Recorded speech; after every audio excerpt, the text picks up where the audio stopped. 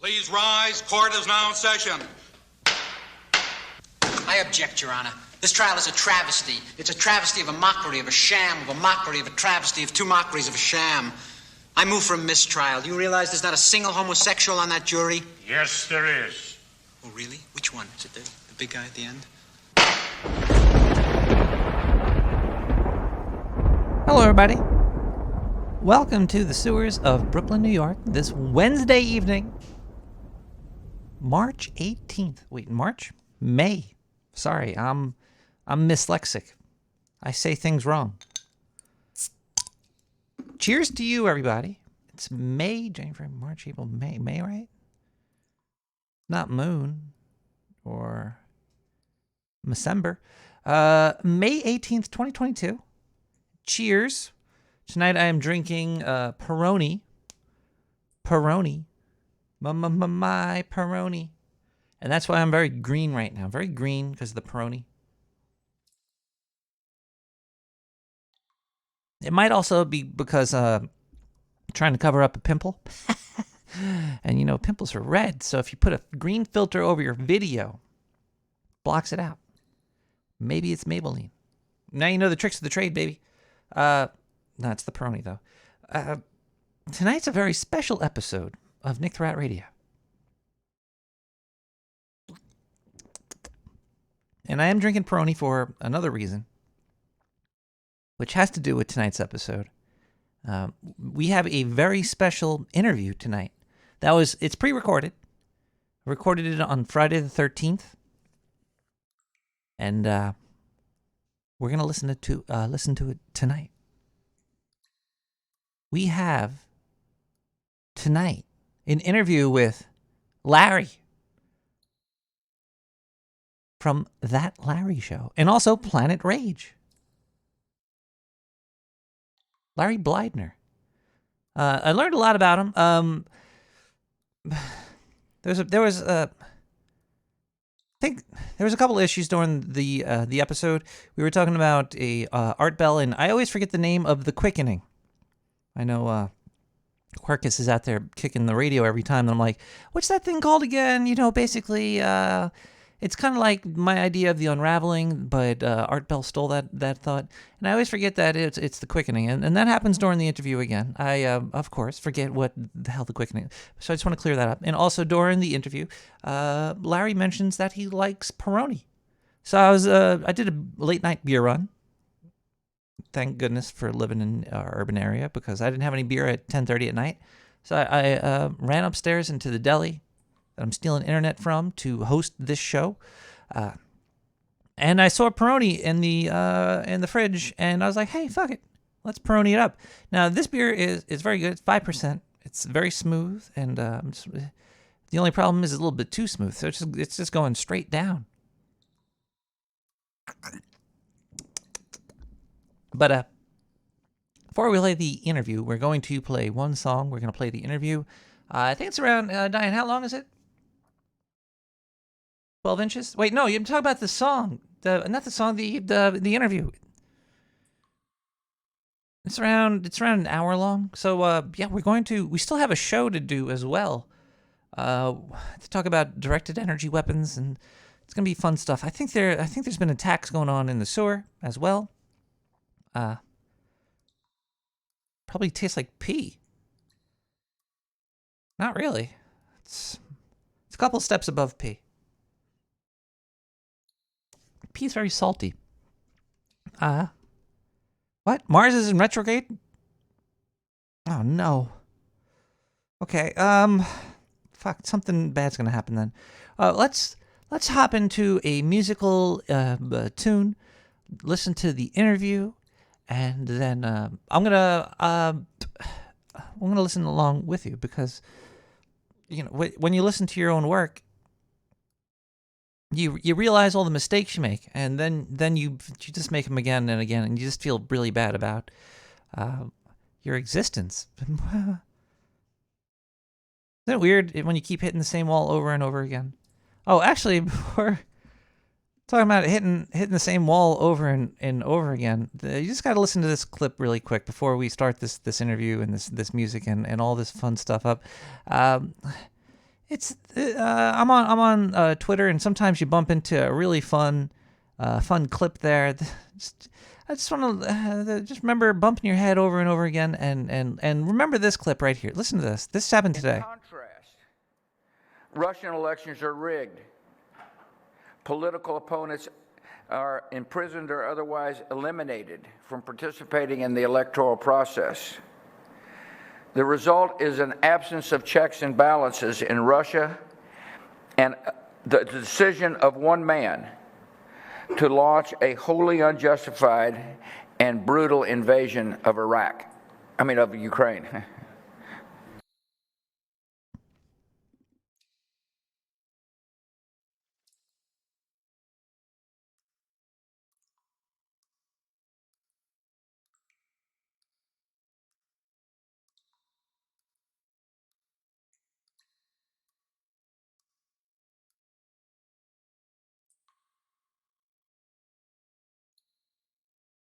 Let that sink in for a little while. Hold on one second. Something broke over here.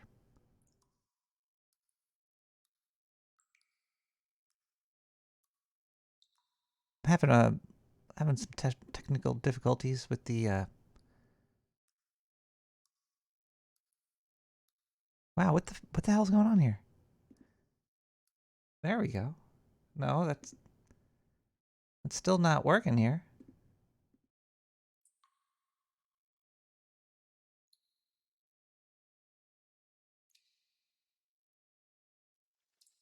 Oh, we're having some issues. Hold on. This is embarrassing. The main engine behind the show, the Winamp is not showing the song names. There's a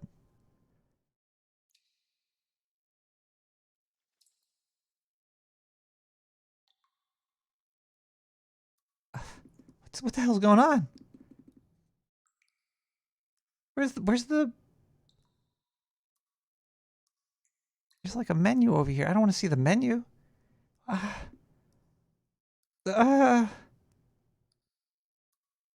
right, whatever. I can do this without looking at the song name. Sorry, everybody. We're going to have to do this a little bit differently. Just give me a second to reconfigure my brain more or less here. That was weird. I never seen that happen before.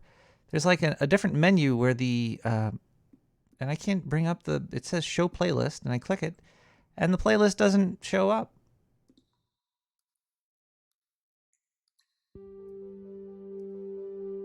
Now it's showing up in a weird spot. Whatever. Either way. Nooroid with School Days. I gotta go back to school. And then after that, we're gonna listen to the interview.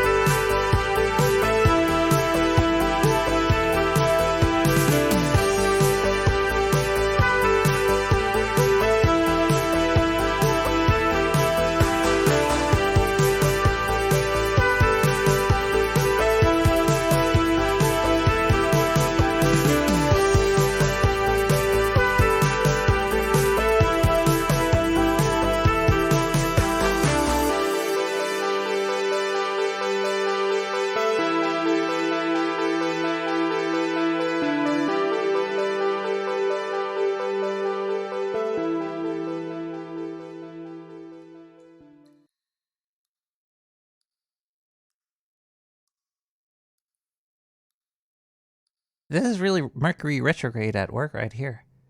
When you think you got everything working, and then just everything just falls apart. Just try to do a show, and then the universe has to come bite you in the willy. Here we go. Here's the interview with Larry. Sorry, Larry. Boy, I love you.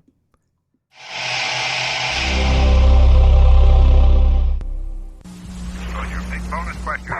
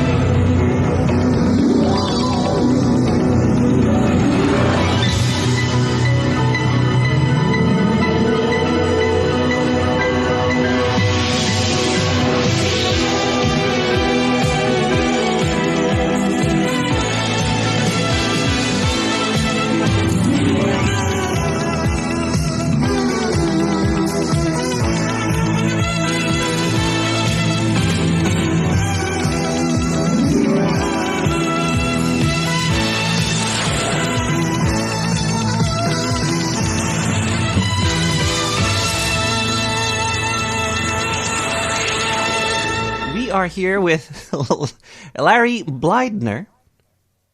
Hello. He has a pocket Darren O'Neill, and I don't. So his sound is he didn't need any help.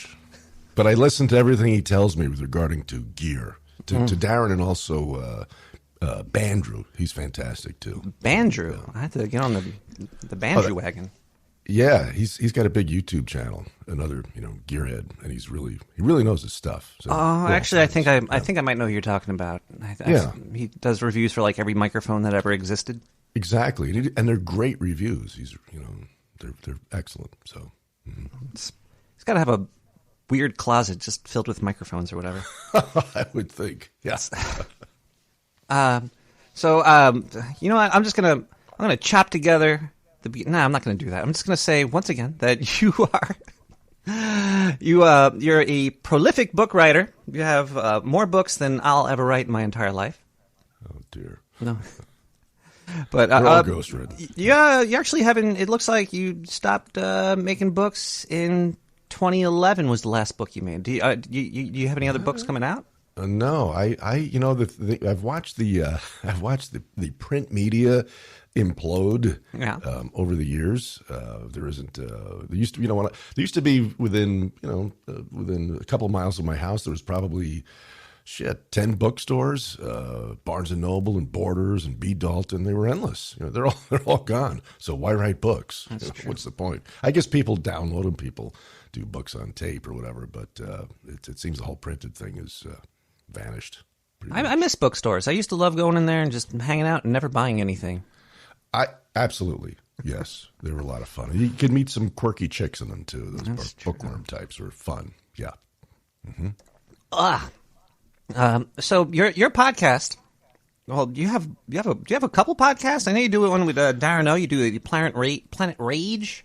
Yeah. Darren invited me to do one. It was kind of I guess it was Grumpy Old Ben's 2.0. He and his partner split on that. He said, I feel like doing something else, and Planet Rage was the call. So we do that every Monday, and that's a lot of fun. And then there's one I do, That Larry Show.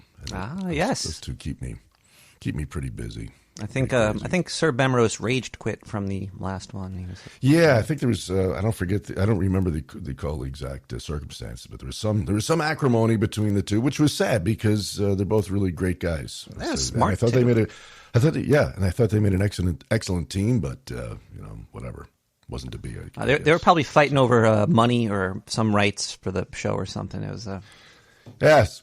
It's usual reason, isn't it, for most divorces? Yeah, it's sad to see them go. But now we got you on there. So you are like a rage defender, not a defender, a deflector.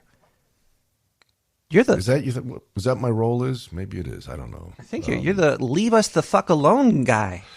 Well, that's true. Leave us the fuck alone, the Lutvas, as opposed to the Astcos, which are assholes seeking to control others. And if you strip away all the crap of political parties, and that's really the essence of mankind. There's your two camps, and you're either in one or the other. And never the twain shall meet, or if they do, it's going to be violent. It's going to explode. So, that's where. Yes. Who is the they in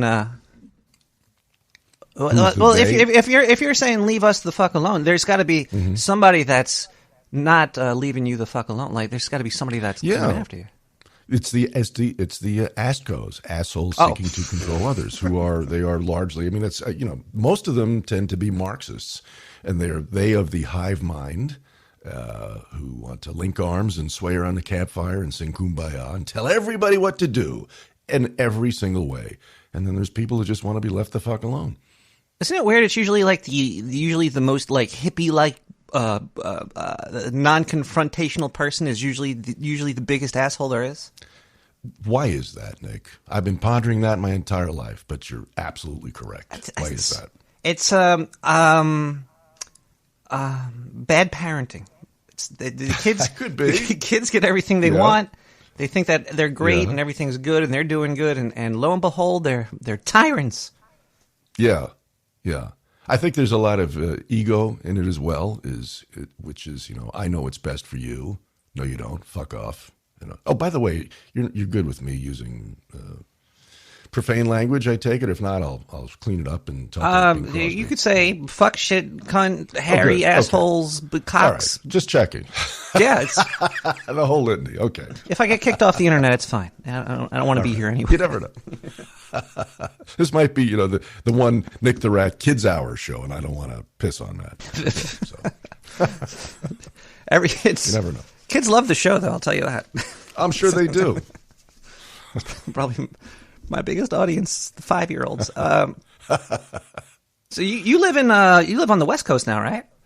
I do. I live in Los Angeles, but not for long. You're getting out. Getting out. It's gotten too.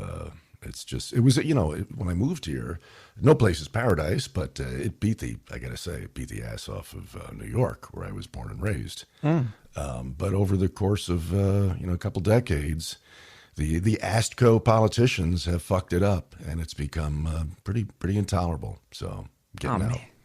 It's the politicians always seem to be the ones that ruin the whole fucking the city. Yes. Yes, and they're always Astcos. Yeah, they are. If you think about it, that is, when you think of all the possible vocations a person can choose, the lowest of the low is a politician. It's like, well, I can't really do anything. I can't make a nice sandwich. I can't fix your pipes or wire your electrical outlets. So I think I'll just, vote for me. I'll smile. I'll shake your hand. I'll sniff your hair. And then I'll tell you what to do. That's the essence of politicians, really. The person that knows the least is going to tell everybody exactly what to do. Those bastards. Exactly. Yeah. So, where do you think you're going to go? Where are you going to go to next? Where's? There's nothing etched in stone.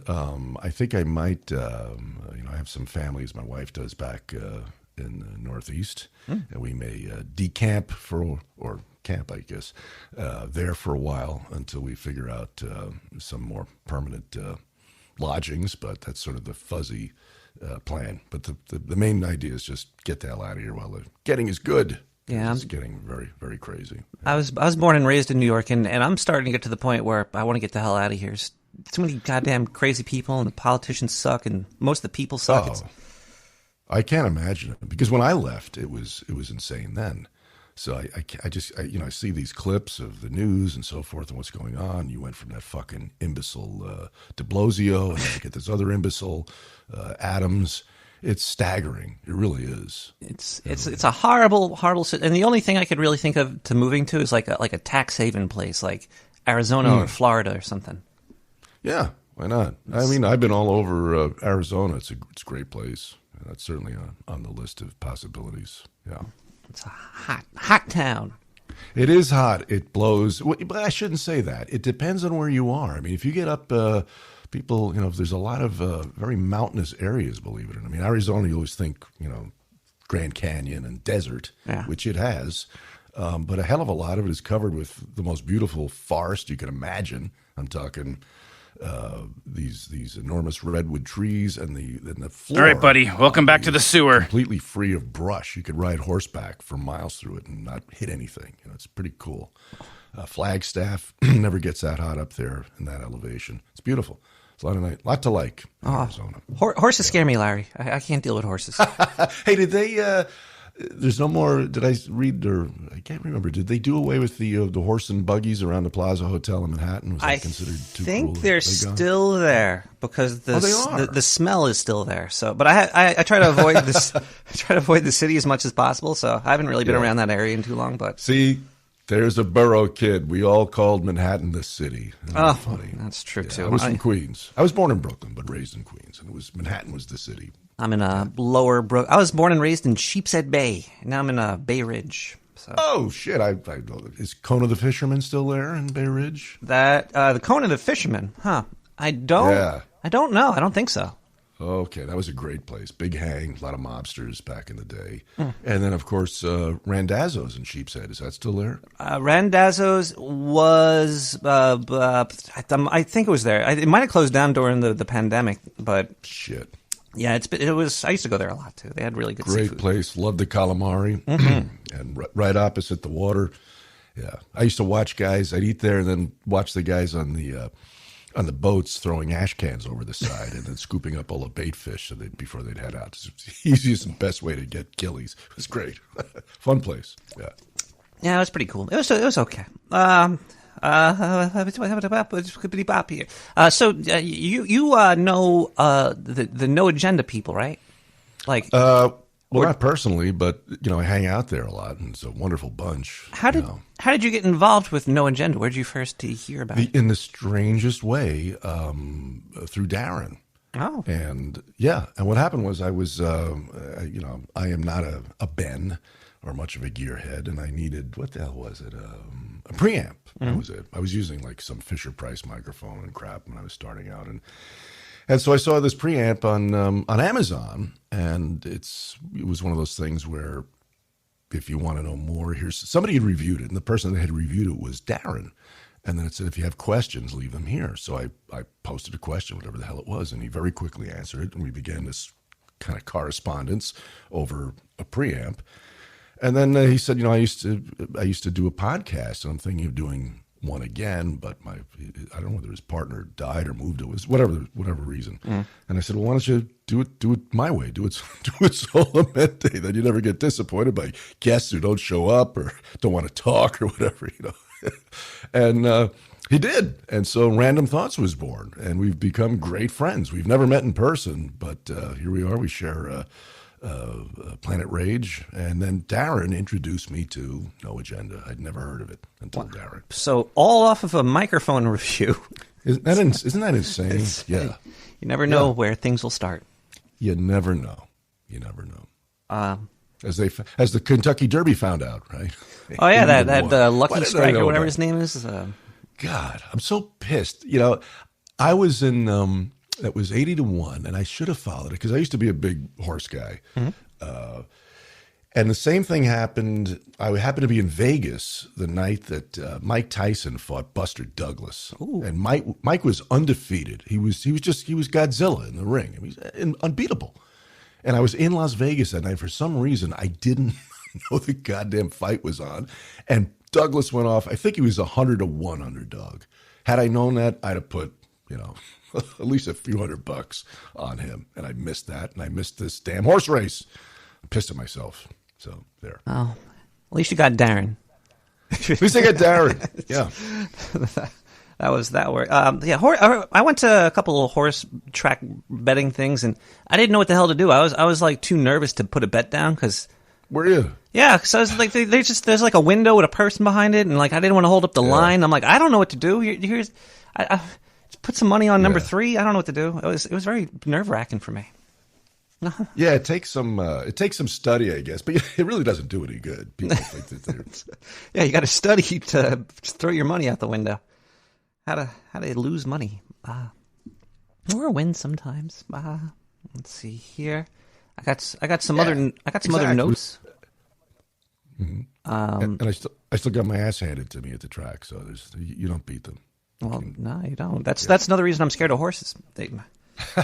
No, yeah. Actually, no, I'm just scared of them because they might bite you. Like they seem like they do bite. They seem like little bastards. They are. They're very unpredictable. A kid I grew up with when we started getting summer jobs in our early teens, he got a job as a groom out at, was it Belmont or Aqueduct? I forget which. And we'd play ball in the street and stuff. And so one day he's got this fucking bandage wrapping his skull. Looks like he just got back from Vietnam, and his ear was gone. A fucking horse bit his ear right off his head for no reason. Yeah, you can't sue the horse. You can't sue the horse, and he, suddenly he wasn't. He was saying what a lot. What was that? Pardon me. It's terrible. Yeah. Horse grooming. I guess. I used to know somebody that was a horse fluffer, but that's a whole different story here. Do you have any crazy scars or anything? Have you ever been maimed? I got a few. Never, I'm glad to say no. I've not been maimed. No. No. I stabbed a time or two, but not been maimed. Really, you were stabbed? So, well, it's just kind of kids fucking around with sword fighting, and I wound up getting punctured twice. So yeah. With like a fencing sword or like a samurai sword? No. Well, let's see. One was a stiletto knife, and I forget the other one was a fishing knife. Yeah. Jeez.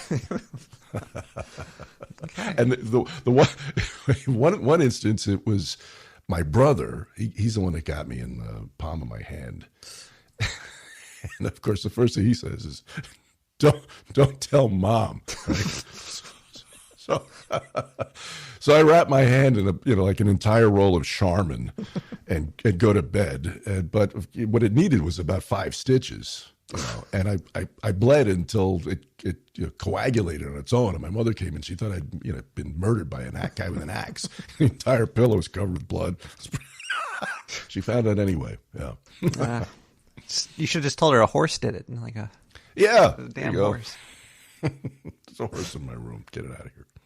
Let's see here. So Larry, I'm informed. Yes. I'm informed that. Wait, okay. You have a story or something. I do. You have it. Would you like to tell this story? Which story was this? I was looking through the DMs over here, and. I think did Fergus? You want to know something from the paranormal? Was that it? Yeah. I didn't want to force the paranormal on you, but if you have a paranormal story, I got a couple. I don't know how. I guess they do qualify as paranormal, but it doesn't have the. It's not going to have the wow factor of ghosts and demons or anything like that. No, it's okay.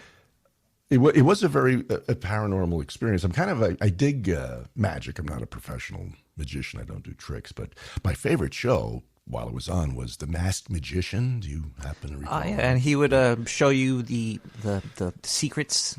Exactly, and that was pretty good. But the most fascinating part was his 2 incredibly pointy assistants, always garbed in 8-inch heels and belly shirts. I used to watch that with my first daughter. My wife would be like, "What the hell are you watching that crap for with those sluts?" It was insane. They should have just called the show "The Undressed Magician's Apprentice Partners." Exactly. Yeah. Get more views.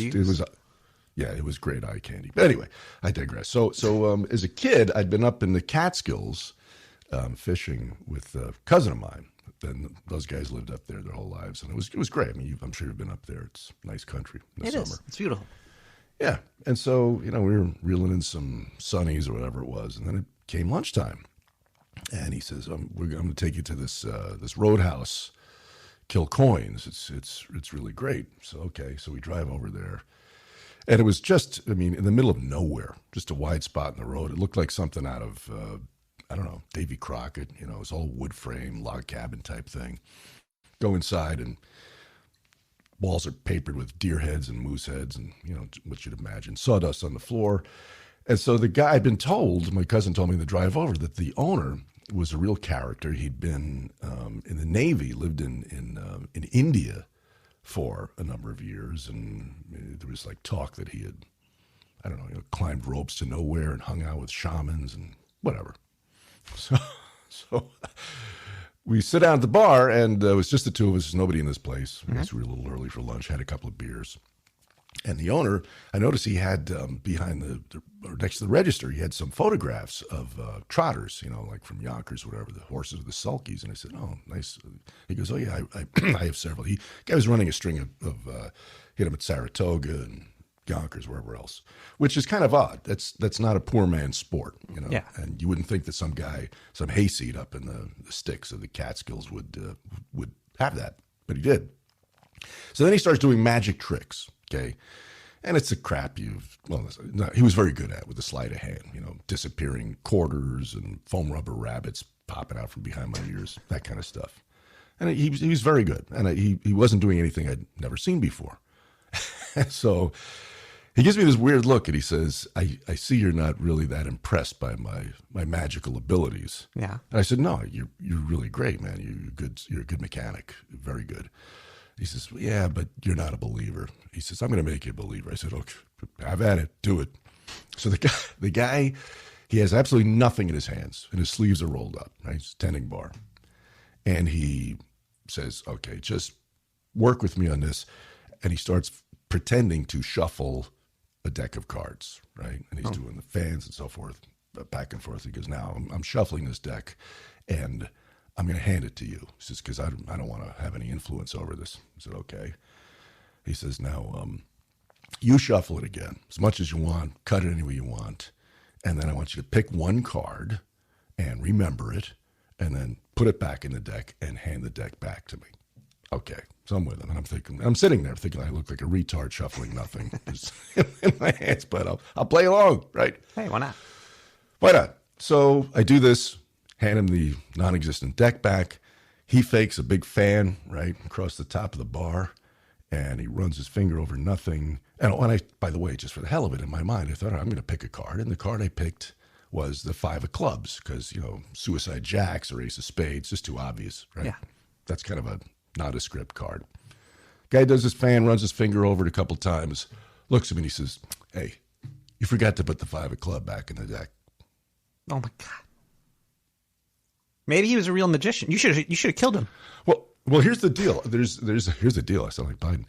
There's a fantastic, only in one of the things I'm going to miss is it's just a spectacular club in Los Angeles called the Magic Castle. Right, it's been there for ages, and it's built in this massive oil baron's mansion, Victorian mansion, way up in a mountain. You can see everything from the place, and it's probably got 50 rooms, stages, theaters. It's unbelievable. And so it is the last word in magic. So you can go there and see 5 or 6 shows. It's got 5 bars, and it's just filled with I've seen everybody up there. You name the big time Vegas magician, they hang out there. And several times I was there, sat at the bar with guys you would recognize, and describe this trick to them. Every one of them said, "You're full of shit. That didn't happen." Maybe the guy didn't even exist. Are you sure you weren't dreaming or on drugs? I have a witness. My cousin's in Chicago now. We could call him. But yeah. Get him on the line. Really, Get him on. We're going to get this guy on the line. It's still, the odds are 1 in 52, which are not astronomical. It could have been a lucky guess. Of course, that's always a possibility. But there was absolutely nothing, no physical prestidigitation or nothing like that involved. It just was what it was. So Usually for like mentalist tricks like that, the magician would hide like 5s and clubs all over the place to kind of like get it stuck into your head. But I never really believe in that kind of magic. That seems too random. Well, there's always some physical gimmickry. There's a chalkboard, or even you see David Blaine's thing. He's got a $100 bill inside an uncut orange. But we know he's palming it and shoving it in there as he cuts it open. There's always a gimmick. There was no gimmick with this guy. So who knows? It's that's my paranormal story. That's a good one. It's kind of when you see stuff like that up front and it happens to you personally. It's maybe he was like Jesus or something. He might have been a whole. Maybe he was. Maybe he was. Sleight of hand is amazing stuff. It's but have you ever seen a female magician? Oh, there's some dynamite ones in L.A. at that Magic Castle. Yeah. I'm thinking sleight of hand and a nice pretty lady could do something magical. Yes, and they are more gifted at the art of distraction than men by far. Yes. Yeah. Mm-hmm. Low cut shirt. Yeah. Oh, yeah. Pointy. Oh yeah. Have you ever wanted to become a magician? I never have, it's something, it takes tremendous work and practice. And I mean, those guys, and even the best, there was a guy, I can't remember his name. It wasn't Copperfield. But I saw a guy years ago, another time I was in Vegas on business and stopped in the hotel next door had this, world famous magician appearing. And I said, I'll go see this guy's show. And incredibly, walked in and I got a front row seat. Best seats I've ever had. And the guy was fantastic. But since I was so close, right? I mean, I could have touched him from my seat just by stretching out my arm. They call it showing. It's when there's a card up his sleeve, but you can see it up the sleeve. Yeah. I saw so much shit that I shouldn't have seen for being that close. It was kind of disappointing. Yeah. Sir, your zipper's open. Jeez. Yeah. Yeah. So. Because I was like, I want to be a magician, but then I started like trying to do sleight of hand and like coin tricks and stuff. And I was like, this is a lot of fucking work. I can't even. It's a ton of work. I can't even juggle. Yeah, it's really fucking hard. Absolutely, I can't juggle either. No. It's too much weird hand movements you have to do. It's like it's craziness. It's very good stuff. It is. So, but fun stuff. I love it. So, you never seen a ghost or a UFO though? Definitely not a UFO. Although I'd love to. Man, to me that would be the shit. To see something like that. I don't know why people are like so terrified of it. Well, maybe I do. The anal probes and sedation and so forth. That's kind of scary. But that would be the coolest thing to see. A UFO. I think if they're, I don't discount that they exist. I mean, you think of the vastness of this universe. How the fuck could there not be? There better be another planet, and the people better be smarter than we are on it. I sure hope. My God. You'd think if like a UFO came here, they would have technology that far goes beyond the anal probe. They probably got easier ways to get inside of you than here. Yeah. I saw you're a fan of art, but you were a fan of Art Bell. I still am. Right? Yeah. Still am. Well, you in touch with Art? Well, yeah, I got a Ouija board. Nah, I still listen to like his show almost every day still. To Nuri? I don't really like Nori. Is it George Nori? Yeah, it's George Snorri. So you're listening to what to old stuff. So you're listening to okay. I guess you're listening to the vintage Art. Okay, oh yeah. So maybe you remember this show. Yeah, but I used to like Art too, and he did great stuff. I thought he's there's no substitute for Art. But it was some years ago. I was doing overnights at KBC Radio News, and I'm driving home. It's probably it's probably near the end of Art's show. It's early, and he had on, he had on this guy who was one of these backmasking recording experts, right? Mm-hmm. And he was revisiting the Jean Benet murder. Okay. And he starts playing these recordings, and Art's very attentive and so forth. And he plays one, and he says, "Now listen to this one. Here's Jean Benet's father, in normal time, forward motion, making a statement to the press." And he hits play, and you hear this guy say, "Please help us find my daughter's killer. We're offering a reward," et cetera, et cetera. It's maybe a 30-second clip of saying what any distraught father would say. And he says, now listen to this in reverse. And you hear, like, it sounds like somebody speaking Russian. I wrung her goddamn neck. I almost crashed my car. So it was one of the funniest moments ever on Art Bell. I mean, I just lost it. This is great. He had a lot of those playing things in reverse stuff. It's like world leaders and like George Bush playing backwards, saying, loves that shit. He's I love Art, but I sort of think that he kind of ruined reality. Did he? How's that? He would talk to people and let anybody say pretty much anything, and then most like news outlets or public radios things wouldn't really let anybody say anything. So he kind of opened the floodgates for people to start talking, and then people started believing in anything. Like, because he would also have scientists on too. I'm not saying global warming's fake or anything, but Art Bell was definitely a big pusher of people that are saying that the world's getting hotter because, like, he had the what was that called? When everything's speeding up, he called it. He had, it's the reverse of entropy. What's it called? I know what you're talking about, though. But he had a lot of people come on and start talking about maybe pseudoscience that got adopted as being like real science. But you know what? That's a great point. He did give a platform to kooks. And some of that shit clearly has taken hold in the culture. You're right. And I sort of think it was his fault. Damn you, Art! No. But no, I love him still. It doesn't. We all have to be able to make it. Is he buried in Pahrump? Yes. Yeah, he's out there.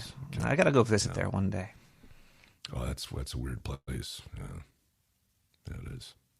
Lots of hookers there. I think wasn't the Bunny Ranch there? I think it is, or was, right? I always wondered if Art was big into hookers. He always went to places that seemed to have a lot of them. Odd place to settle, wasn't it? Yeah. It's really, it's like the surface of the fucking moon there. I mean, there's just nothing there at all, except that, and the Bunny Ranch is just a collection of trailers. You know, it's pretty gloomy. Oh wow! I thought it was like a big farmhouse or something. And there was people. The time I drove by, it was chain link and razor wire fencing, and it looked like just a scattering of trailers. Yeah, maybe that was a long time ago. Maybe it's changed. I'd pass that up. If I'm trying to get my rocks off, I'm not going to some barbed wire fence place.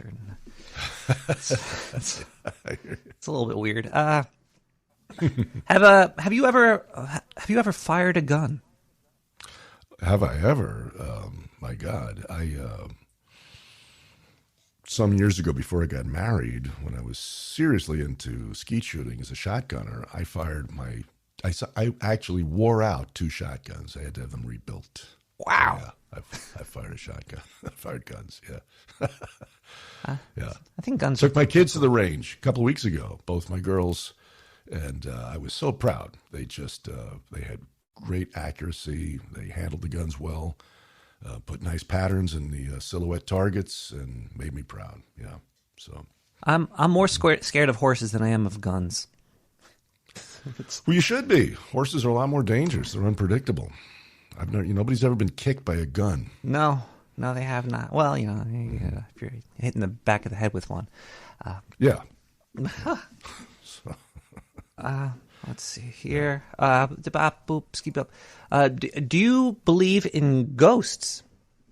Do you think ghosts can exist? Sure. I think they can exist. I mean, you look at our oral and visual spectrum is extremely narrow and limited. And, why the hell not? I mean, I certainly believe one has a soul. And so if that soul doesn't move on to whatever the next plane is, maybe you could hang around. I don't dispute that. I'm open to the possibility. Put it that way. Yeah. Do you think some people don't have souls? Yes. No, I don't. I think everybody has one, but some are literally already in hell. It's like a shitty soul. There's a lot of people like that. A lot of people like that. There are incalculable people walking this planet right now who are just evil incarnate. They really are. They just take Maybe advantage more than of ever people in history. Let's go. Well, they're just horrible people. They really are. So, And they pass themselves off as nice hippies. Ascos. Those ascos. Seeking to control others. I'm going to have to adopt this phrase here, these ascos. Oh, yeah. When somebody, well, if how do you relax, Larry? Because I'm sure you notice all these ascos around. So how do you level yourself out? Well, a lot of times, a good method for me is I'll ask Moose if he wants to take a walk, snap the leash on him, pop the earbuds in, and listen to podcasts, and that sort of chills me out after a couple miles, feeling pretty zen. Yeah. Yeah, walking, and it lets you kind of leave the shitty existence that we're stuck in sometimes. Exactly. Yeah. And the funny thing is how so few, well, I shouldn't say so few people, but some people have no respect for that. Because what I'll do is, people in LA are not very friendly anyway. No. But I'll get into what I call my, what's kind of like the don't bug me costume. Ball cap, pulled low, sunglasses, buds in my ears. And people still just, stop and want to talk. I don't want to talk. If I look like this, I'm not open to communication. You should maybe like bring back like the punk scene, wear spikes on your jacket and stuff. Like maybe, yeah. Snip a couple of grenades to my vest. Keep going.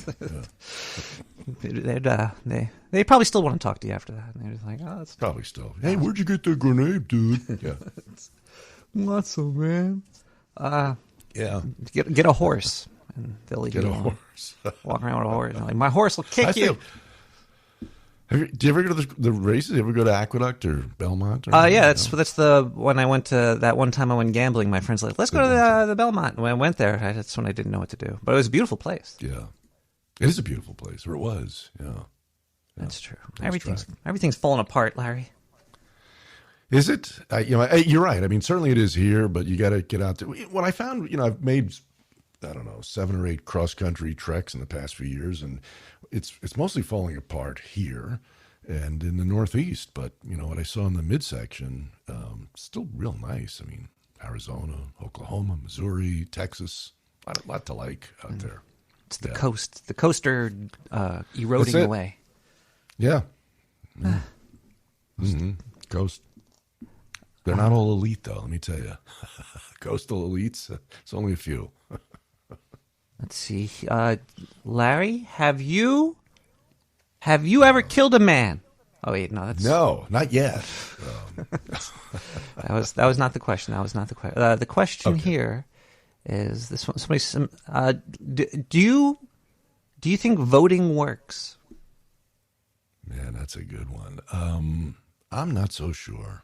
Really not. Do you vote? Are you a registered voter? I am. I'm an independent. I don't do parties, and I never did until my first daughter was born. Because I thought, what do I give a shit? I'm just here for a while, and I'm out of here.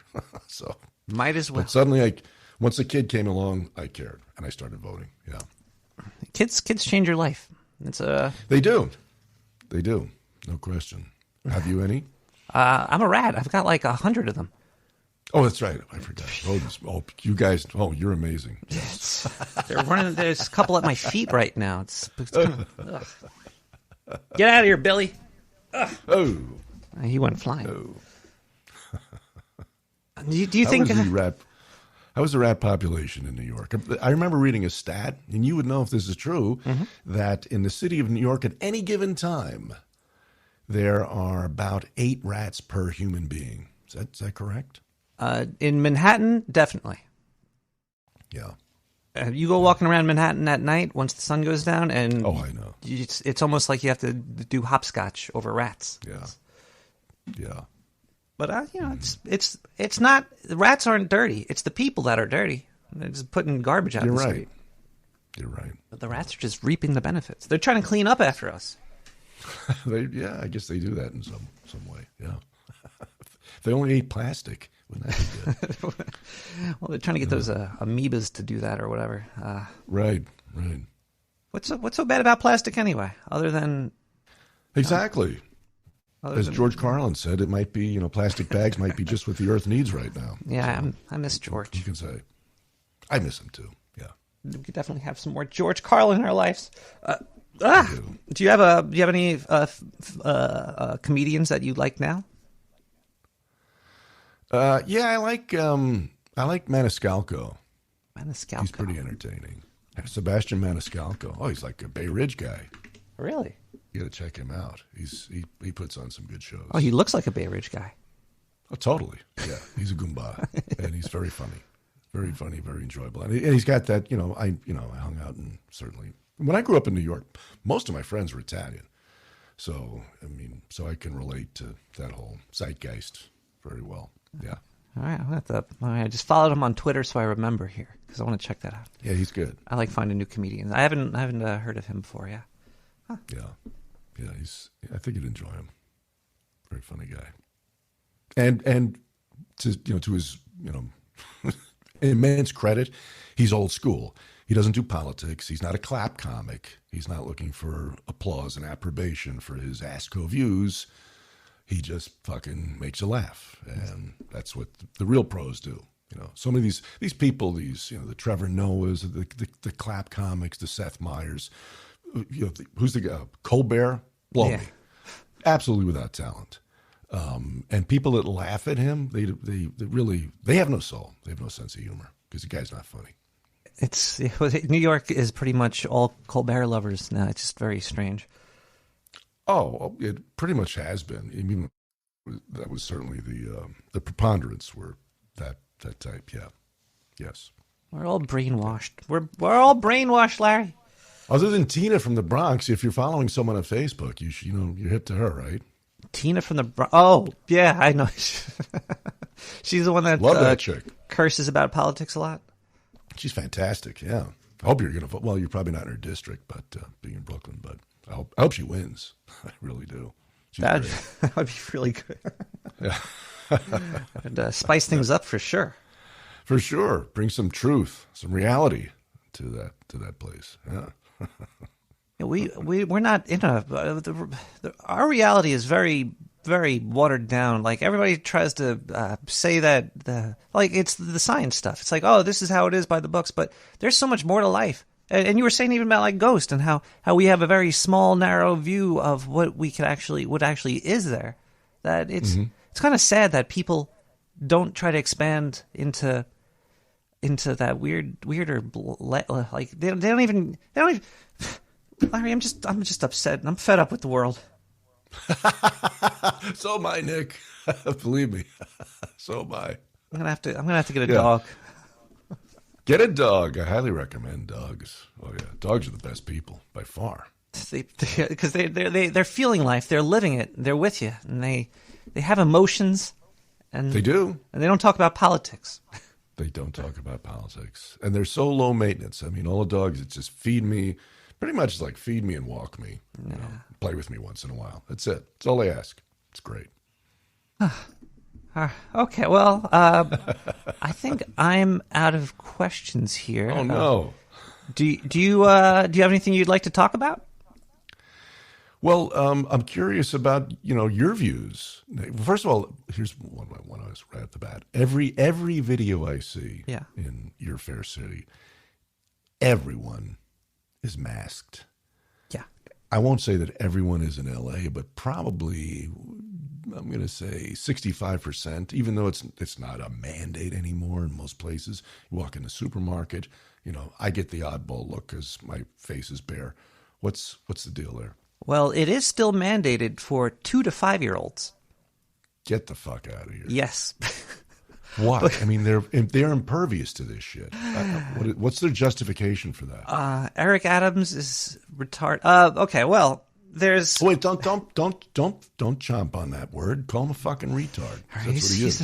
He's a fucking retard. But there's when I have to give politicians some slack because your opinion is there's always going to be more than one opinion about a person. So even though he's an asshole to most smart people, to all the other assholes, he's a genius. So, okay. The thing is that I think that there's a lot of people that are completely brainwashed and they were beaten down by the pandemic, and they're like, oh, you got to protect my kids still. My kids need to be protected, and if these other kids aren't wearing masks, then oh my God, we're all going to die. Which is ridiculous, but there's a lot of people like that still. Yeah. I would say about 50% of the people in my area are still wearing masks outside, walking around by themselves. And I'm just like, why are you wearing? It makes them feel safe. I get the indoor thing in a crowd. Okay, it's understandable. Last time I was on one of my cross-country treks, I drove across the I think it was a GW Bridge. I think that was it. And I was astonished by these people does that have a walkway on the side? I think it did. If it does, it's very small. It's fucking gale force winds. I mean, it's almost blowing the car into the next lane. And all these people are massive. What are you doing? What do you think is like clouds of COVID, invisible, about to envelop you and infect you? It's mind-boggling why they do that. The masks make no sense to me at all, because if you could still breathe while you're wearing one, then it's not stopping anything. If I could see it maybe stopping, like if you sneeze and all that, but if you're not outside sneezing and shit, then what's I really don't see the masks as anything other than a control factor. Yeah. I think it's a control factor. I think for many, it's also it's a banner of this is who I am. I'm an ASCO, and I'm going to wear this at all times because it's showing the colors. Really, it's true. It's like an armband for the face. It's a face band. Put your face band on.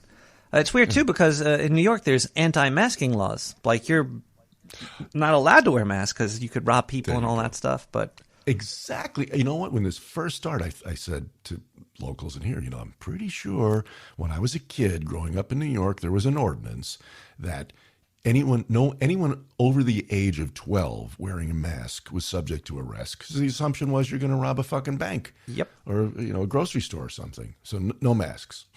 Yeah. I wonder if that's why robberies are up lately, because it's like, I'm wearing a mask, I rob people now, and nobody will know.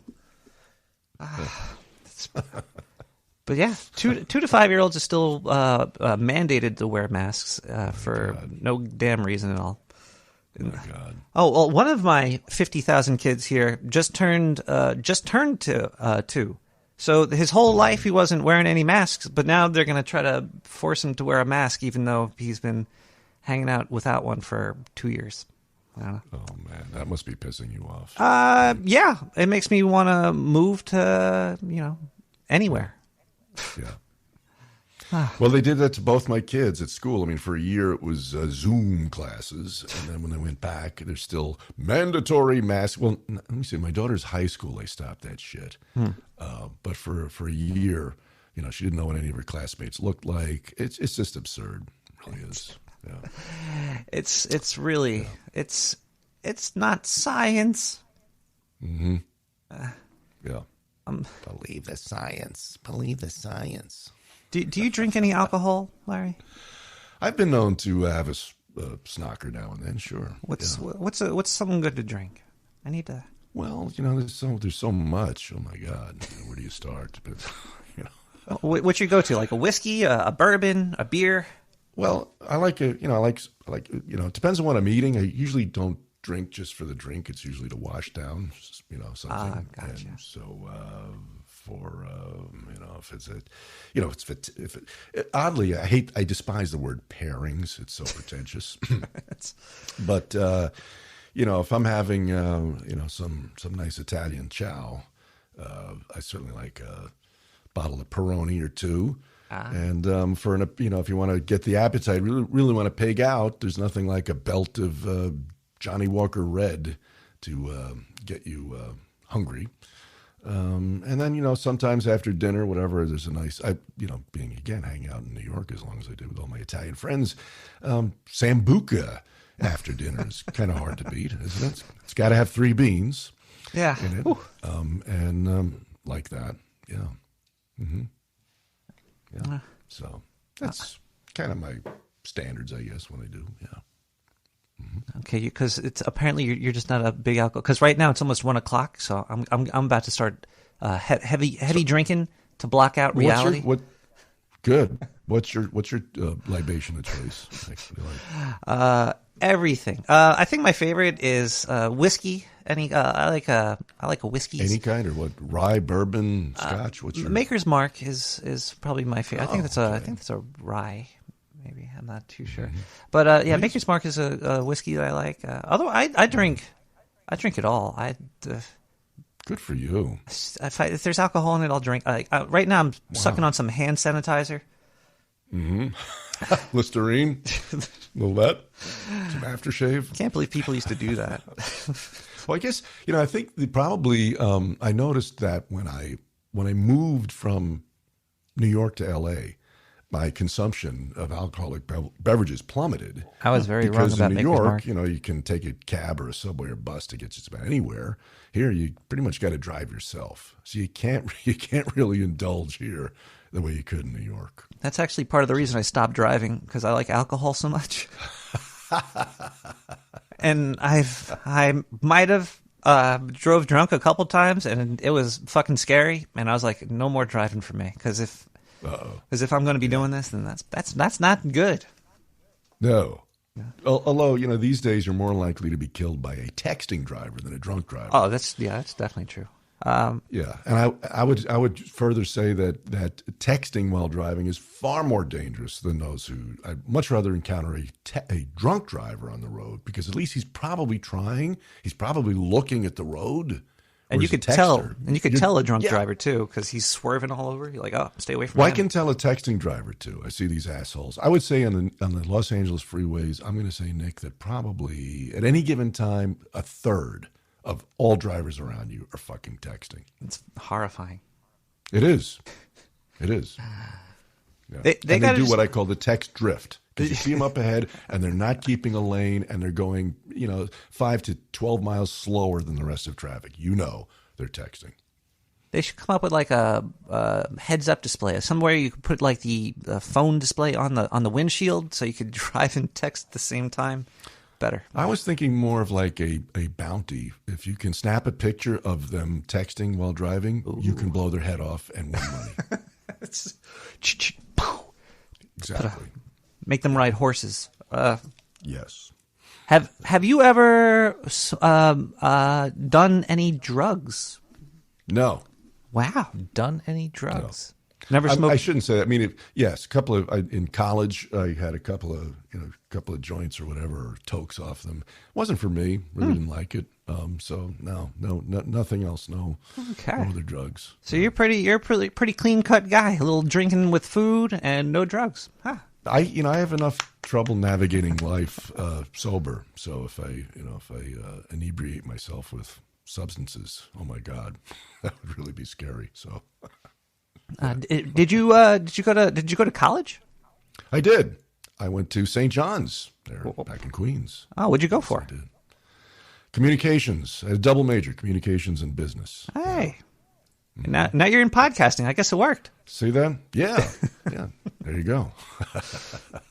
That was a very, at St. John's, campus sucks. It's kind of a joke. Yeah. But as far as that, I guess they say it's a very good law school. I wouldn't know. But and also the other thing there was big. They had a big pharmacy school. A lot of guys, talk about drugs.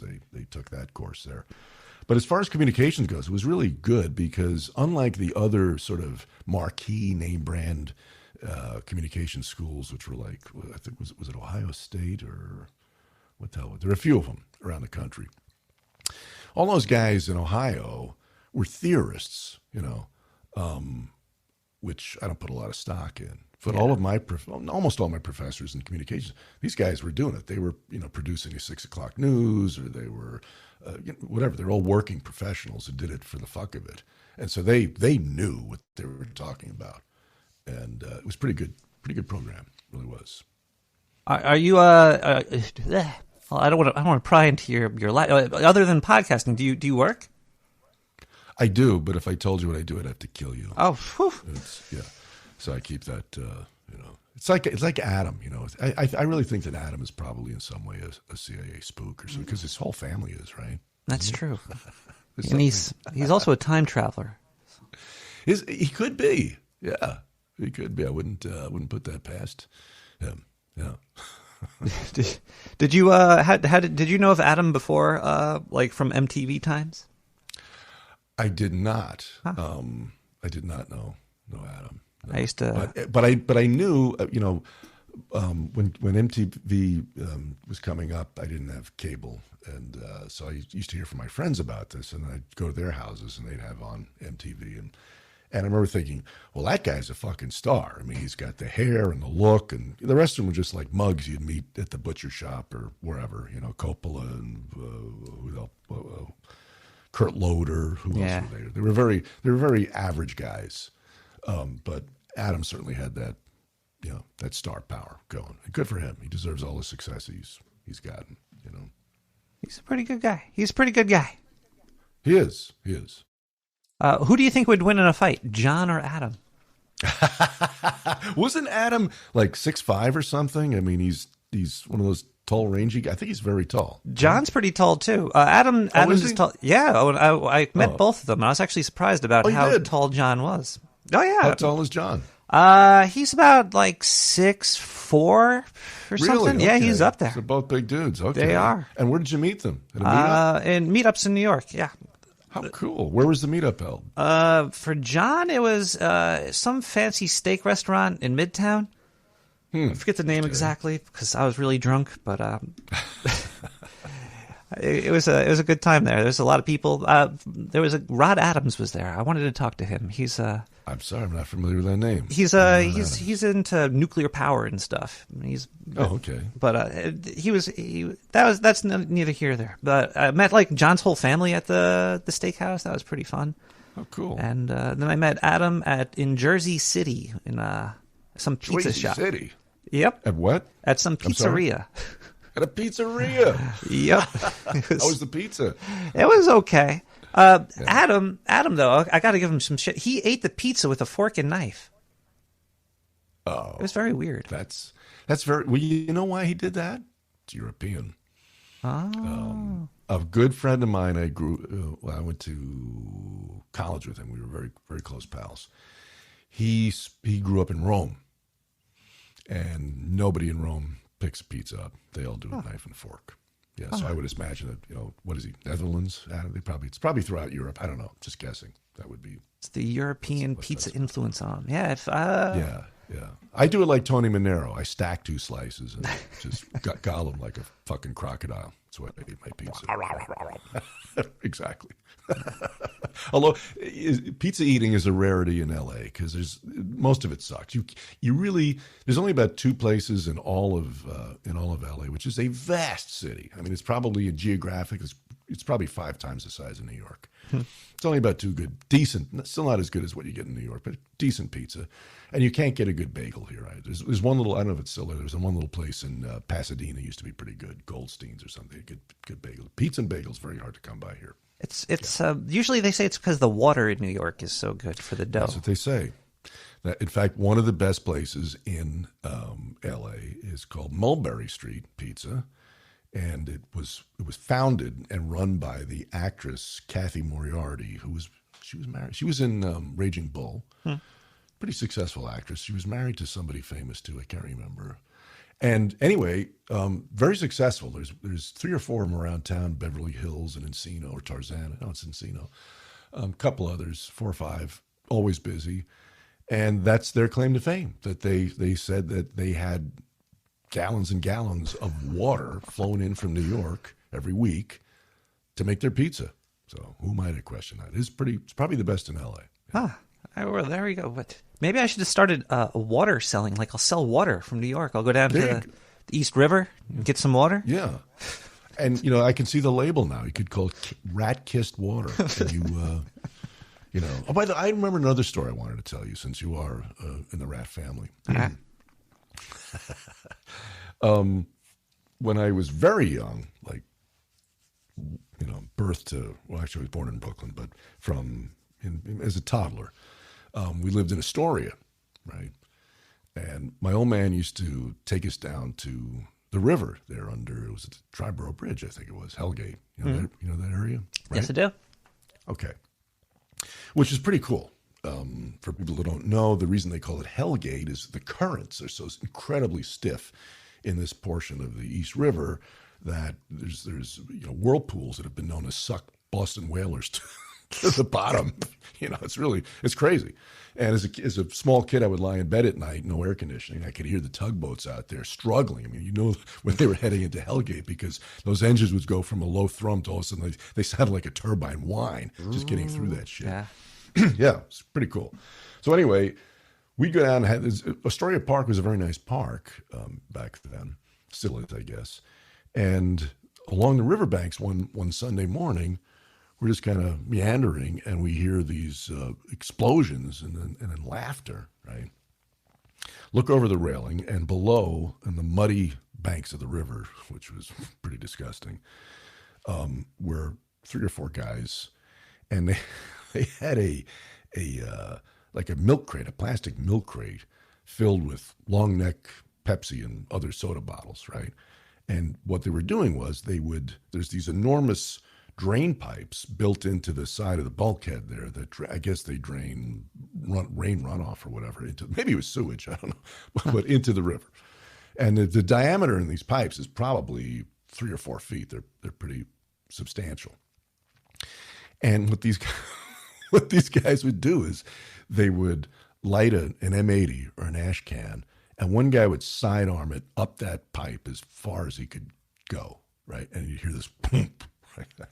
And then about, I don't know, maybe 30 seconds later, dozens of rats would pour out of that pipe. And then the guys would go at them with the Pepsi bottles. It was the most bizarre thing I've ever seen. And so there'd be like this big rat kill with all this broken glass, and then they'd wander another 100 yards down the river and do it again. Was it for fun, or were they getting paid to do Yeah, this? they were. It was New York hunting. It was hunting season in Queens, of course. Yeah, no license needed. I guess that's what happens when you live like in an urban area without wildlife or anything. Exactly. We were pretty jazzed to see that. Like, Dad, can we do that? No, you can't. Get back in the car. Oh, man. Oh, those poor rats. I can't believe you told me that story, Larry. Oh. I'm sorry, Nick. I'm sorry. I'm sure they've outlawed. Just send an email to Eric Adams and he'll pass some legislation. No rat hunting. It's over. Let them run. Let's go politician hunting. There you go. Yeah. Okay. Well, Larry, I just want to say thank you so much for Thank you. Spending some time down the sewer. It's been a ball. And, it's been a ball. And I would love to talk to you again at some point, too. Anytime. It's been a blast hooking up with a Goomba from the old country there, Hey. Nick, Hey. Yay. When are you thinking of posting this so I can trumpet this to my... I'm gonna put this. This is gonna be playing on Wednesday night. So next Wednesday night. Yeah. Oh, it's Friday the 13th right now. I know. Or Thursday Isn't that morning. crazy? Oh man. Yeah. Do you do anything special on the 13th for? I'm gonna get some M80s and throw it down to the subway. Some Pepsi bottles. When people run out. Oh shit. Revenge. There you are. But yeah, this is gonna be on Wednesday night, and then it'll be cool. posted after that. Yeah. Great. Well, please send me a link so I can bike it around as broadly as possible. And it's been a pleasure, Nick. Thanks so much for having me on. Heck yeah, Larry. Is there anything you'd like to promote? Well, if you want to give a listen or check out more things, Larry, just slide over to thatlarryshow.com, where you will find hundreds of episodes and other content and commentary. The most recent one, I put my episodes out, as I always say, on or about each Wednesday in the evening, and you'll find quite an archive there of stuff. Is the Washed Up Dolls the last one there still? The Washed Up Dolls was 2 episodes back. The one I just posted is called "In Search of Reality," and you probably remember. I don't know how old the guy you are. I'm not going to ask because it's rude. But when I was a kid, there was a show that was very popular called In Search Of, hosted by William Nimoy. It's kind of an Art Bell thing, really, right? I've seen a couple episodes of that. Okay, so you're familiar with it. Yeah. And, I was thinking about that. I don't know how I stumbled across the cheesy theme.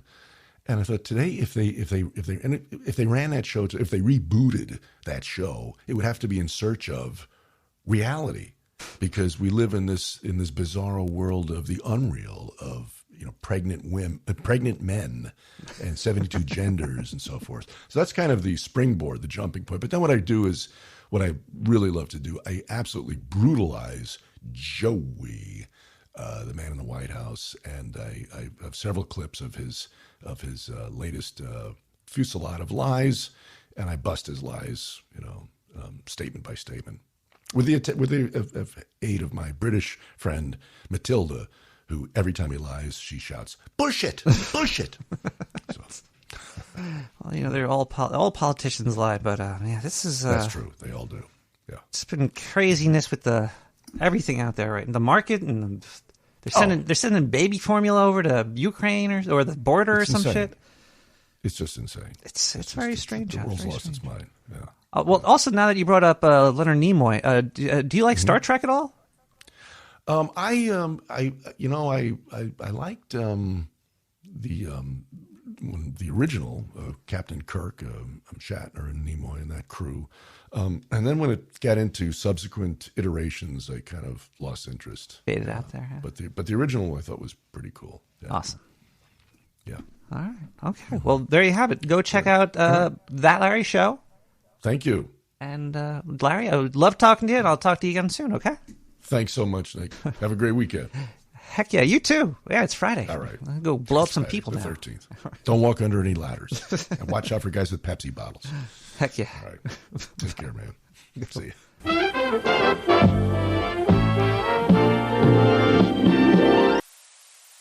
We got Roxy Lau with vitamin B12.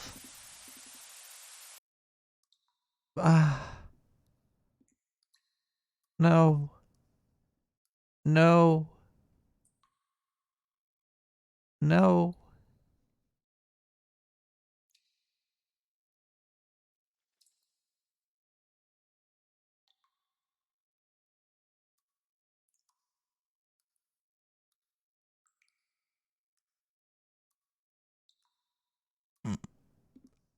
My Winamp is so, I think it's hacked by the Russians right now.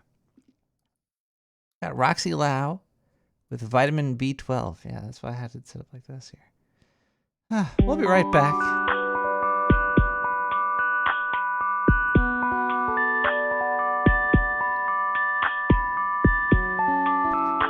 I am Ned, but I am Trey. I'm fine. But Winamp's playlist is missing in my application. And I have to drag and drop from a folder that I named.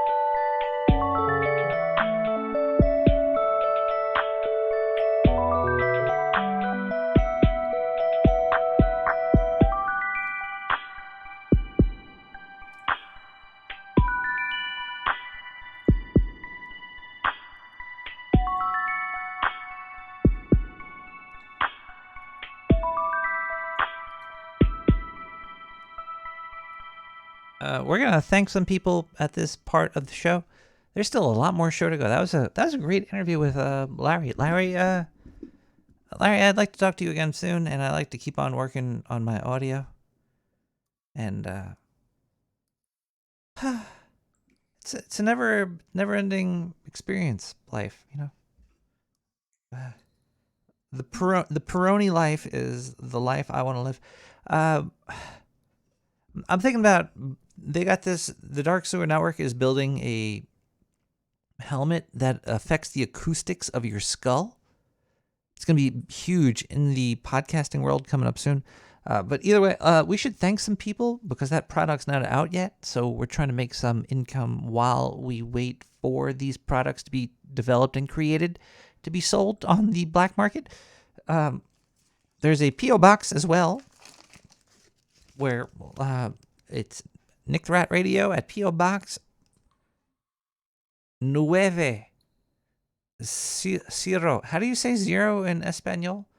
549. Brooklyn, New York. 112 0 9 0 549.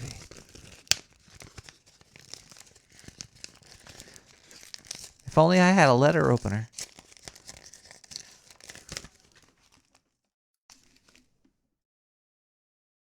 Swing. I had to sharpen this thing. Here we go.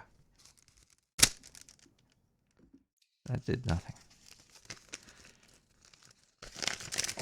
All this work for something that I for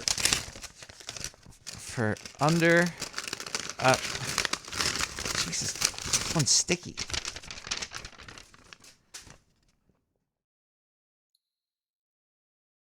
Answer to everything. Charge back 42 cents. Thank you so much, Dr. Mike Roch. Whip out your dictionary, Ned. I need to. We're expanding into the Espanol. That was a good interview. I had fun talking to Larry too, and he's got good stories. I was off I haven't really done an interview on like a Friday morning in a long time, so it was a different experience for me. You could also go to nicktherat.com, click on donate, and there's there's a monthly subscription for $4.20 a month. That equals up to about, I think, like I get about $3, like $1 per episode almost. Which is, hey, it's a great way to show that, and you get your initials read on the show. Millions of people are listening right now. We don't dox people. And I read your notes. It's a fun time. Either way, you know how it works. We have LB with 420. LB, thank you so much. And I'd like to interview you. I've never actually interviewed you.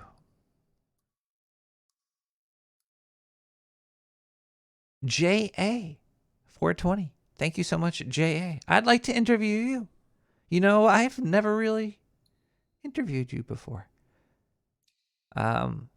We also have IC 420. IC, if you want to be on the show, I would like to interview you. Thank you so much, everybody that has that's KR. I would like to get your kidneys on the black market. What? Thank you for the 420, KR. And those, wait, what is this? We have a 420 times almost 6, but a 420 times 5 point something, $20 from GS. GS, I'd like to kiss you. Come on down to the sewer. Just follow the mayonnaise trail into a sewer system near your Adobe. I know where you live. I could send the drones over there right now. And then you just come on, follow it down. I'll give you a kiss. I'll be there in a couple minutes there, GS. Thank you so much.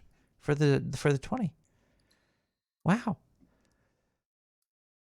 Those are all those are all the donations through the nicktherat.com or Nick the Rat Radio thing website. You could also give me Jeff Bezos money on Twitch. If you have Twitch, if you have an Amazon Prime account and you're bored, I'll take $2 from you. I think the Twitch conversion of money is a lot lower than, I don't know. Either way, you could give me some free buckaroos there. Either Quirkus has demonstrated this.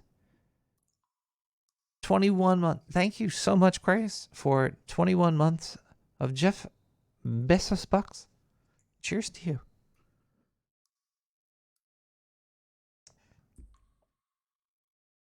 Man. I always feel like there's a van outside the sewer pointing energy weapons down here. I've been getting these weird headaches lately. And it's not from all the drinking and the smoking. Trust me, I know drinking and smoking. This is a strange headache. Like voices in my head and such. I'm going to tell you more about that after we come back from this musical break. We'll also open up the phone lines. If you're a late night warrior and you want to talk about that interview or directed energy weapons or anything, 917-719-5923. Cheers. Let's listen to... I gotta use the new system here. Studerk, Sick for Me.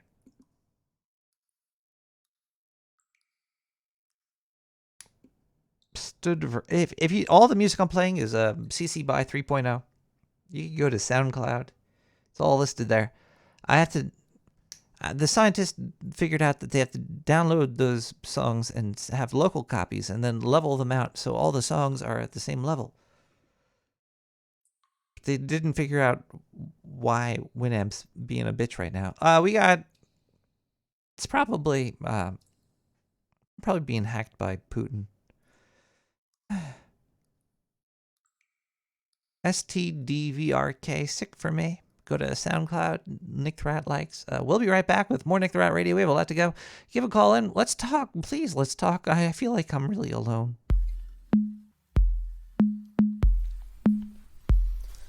Late night calling up the digital doctor. Dr. Buster. Know what you want, so just take what he offers.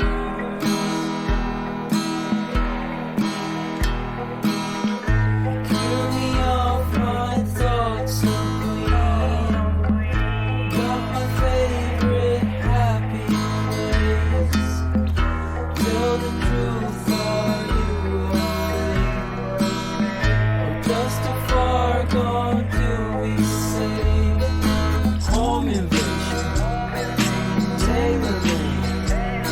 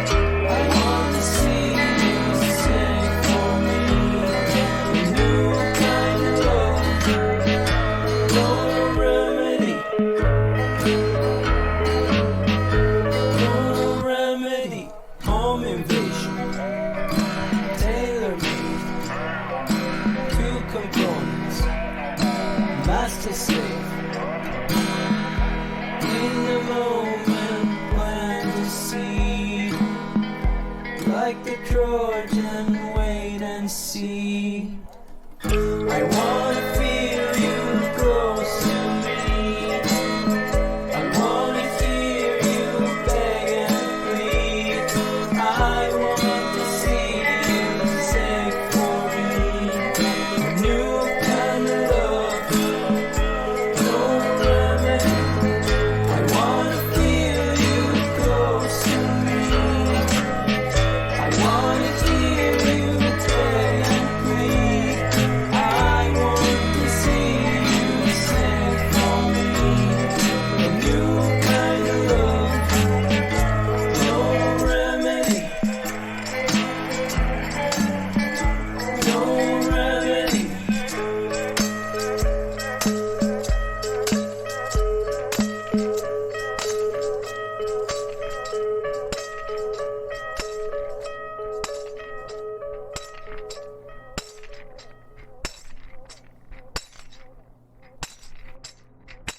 There is no remedy. Diane, is the phone line working?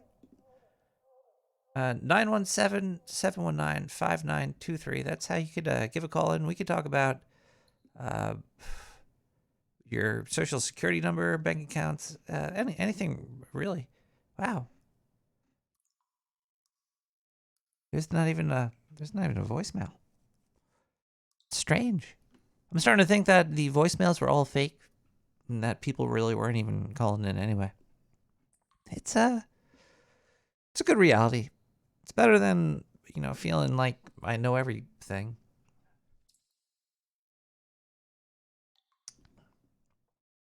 You ever grow up with social media and feel like you ruined most of your life because you were chasing down numbers? I guess it's marketing too. I guess people in marketing that's their life. They turn people into marketeurs. We live in the United States of marketeurs. Everybody's now a marketing creature or something. Hello, caller?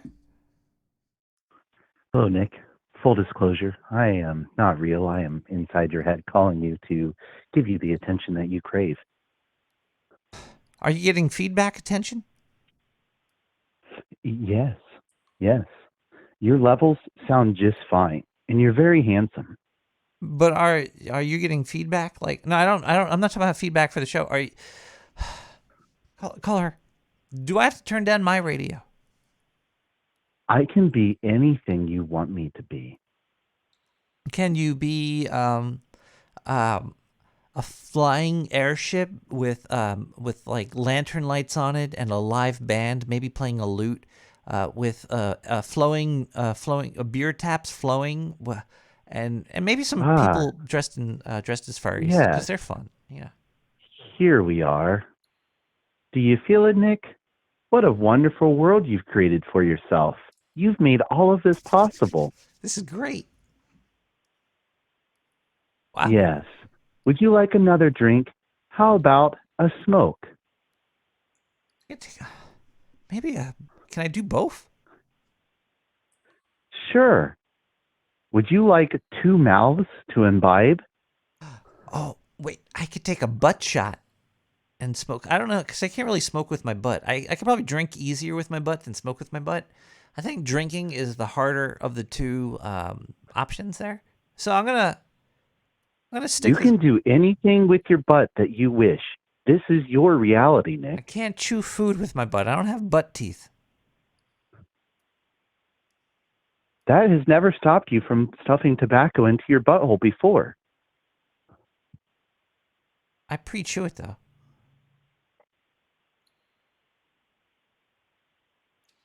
Nick, tell me what it is. What do you most want?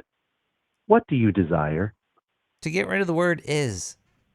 I used to look up to the word is. So there's a whole bunch of stuff. Caller, hold on, caller.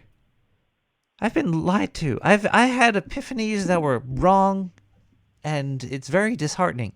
Sometimes you wake up and you're like, wow, what I thought was reality turns out to be complete bullshit. Fuck. And I thought it was real for so long. It's never been real. Remember, the great deceiver. The great Satan himself once forced you to ask yourself, it depends what the meaning of the word is. You should know, is never is.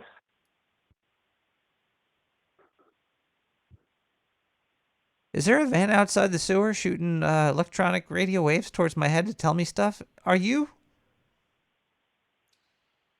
Is never is, Nick. Is never is. Is never is, Nick.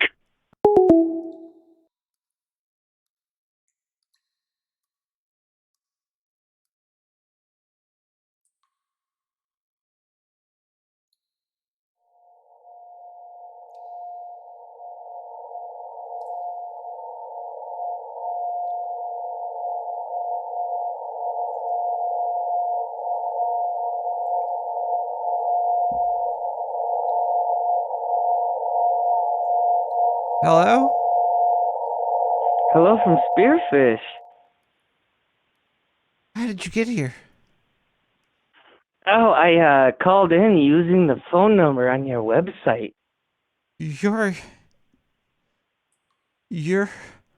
electrons? Yeah, it's me. It's Stillwater. How you doing, buddy? You're electricity? Partly. I mean, that's how the human and actually the mammalian nervous system works, is through electricity, even though it is like we are a meat factory made of bones and flesh, but it's still pretty much run on electricity when you think about it. So yeah, I am at least partially electricity. Can I ask you a very disturbing question? Yeah, I'm ready for it.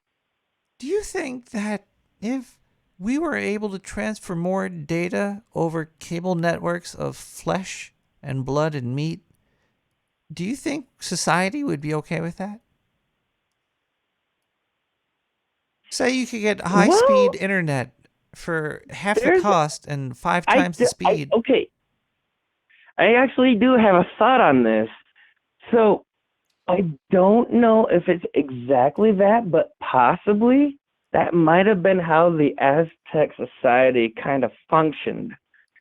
They were just sticking people into a tube, a series of tubes. Well, and like they did the human sacrifices, but they also had like these intricate flowy systems where like the blood of their sacrifices would flow through like basically the whole freaking city.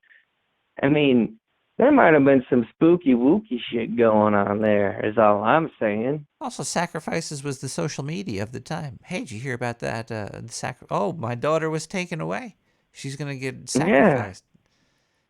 Yeah. And I apologize for using technical terms like that. The what?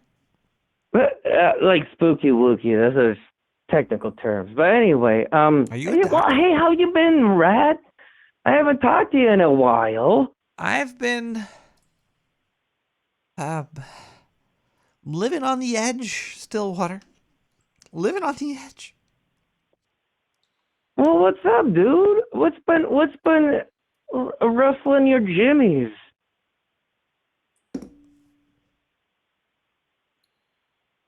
Words. Yeah, I get that, actually. Words do fuck shit up, huh?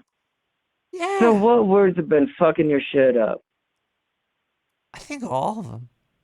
Sometimes words just fuck shit up, and you got to put them out there because that's the only way to communicate. Usually, you can't just go around feeling people up.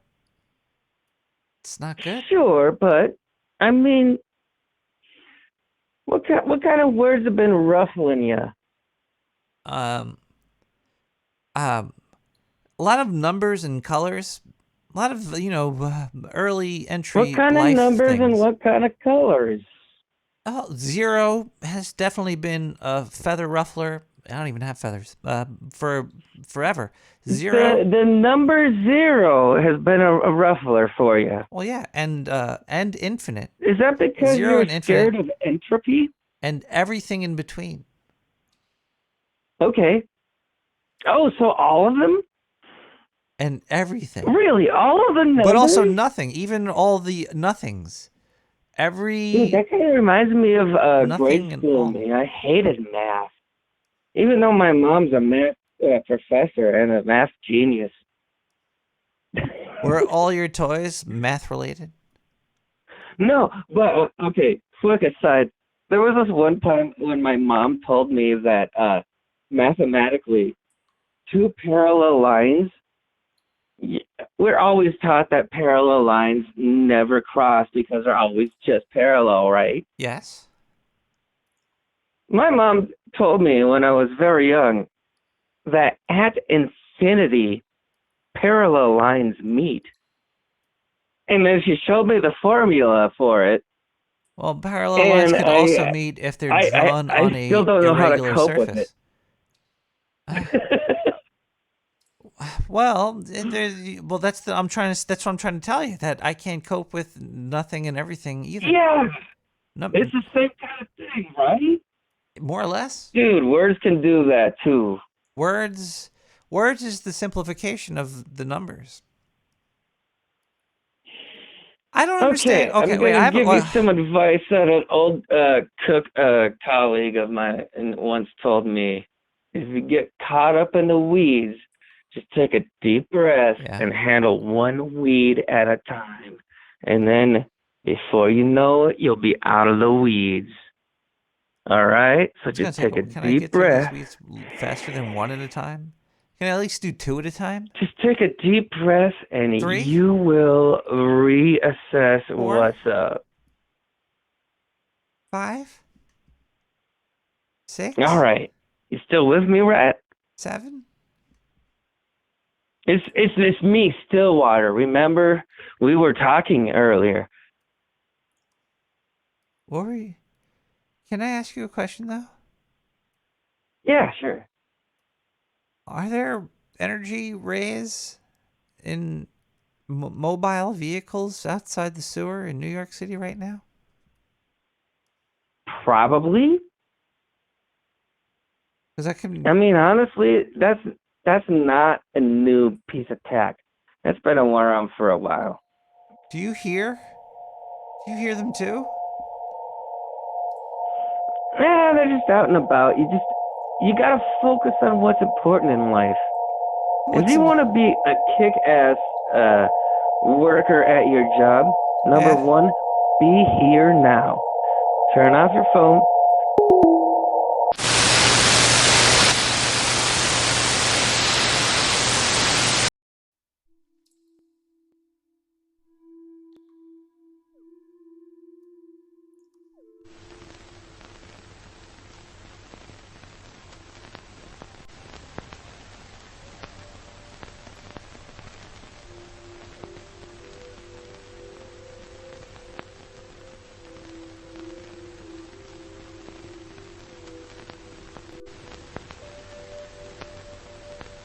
Oh no, yeah, I'm fine. Okay. Just a little fucking intervention. Neither here nor there. You've done it before. Come on, man. Yeah. You haven't? Yeah. Oh, this is your first time? Oh, well, you know. We all have our perks. Some people have others. Some people travel to dimensions. Some haven't.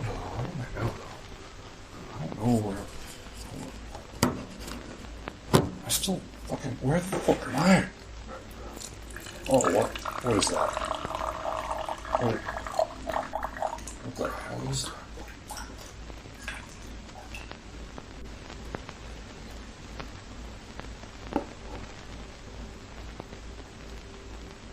Come on, man. You smell so good.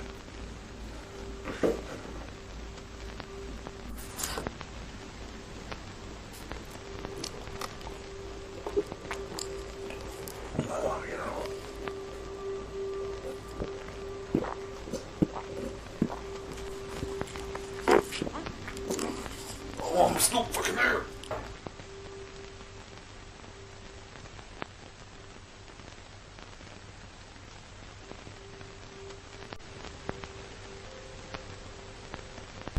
What do you mean?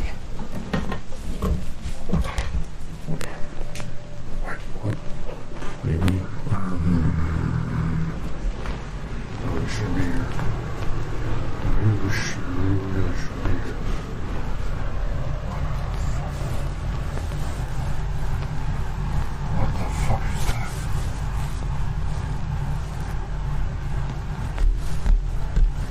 Hello? Wait. You away there. No, you don't come over here. No. Oh, fuck. Where's the portal out of here?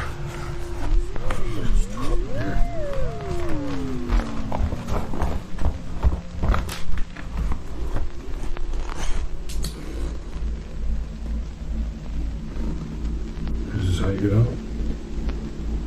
This is the way out. Oh. Fucking tight. Oh, God. Oh.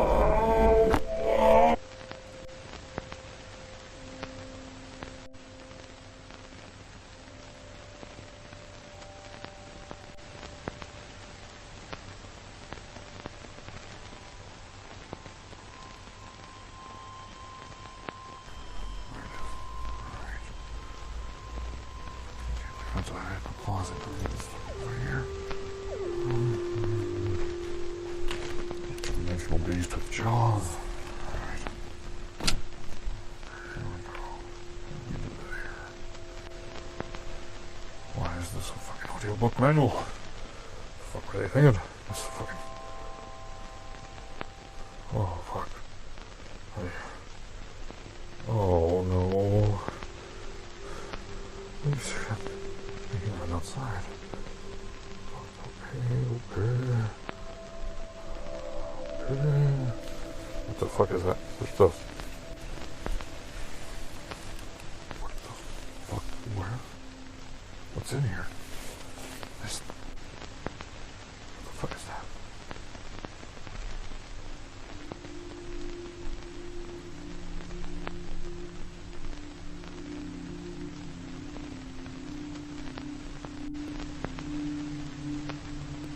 Oh fuck no. Please enter your password, then press pound. You have 4 new voice messages. New message.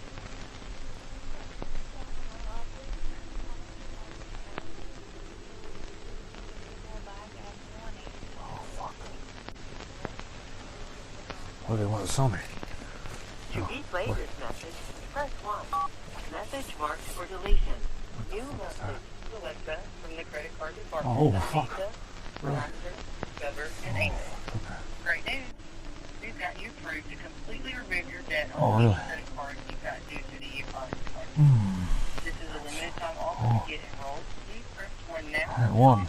Message marked for deletion. New message. Yo, I'm having some trouble with my computer. No. For deletion. New message. Discover card services. Due to the tragic impact of the economy, you are now qualified for a complete debt elimination. This is a limited time offer. To get yourself enrolled, please press 1 to speak to a live representative now. Message marked for deletion. Oh fuck.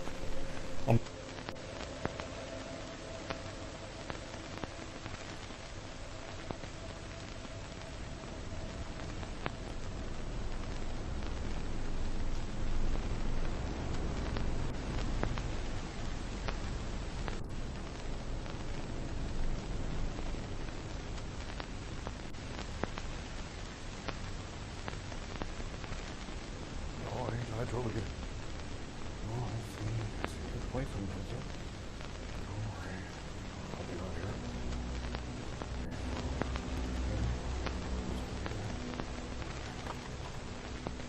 That's not right.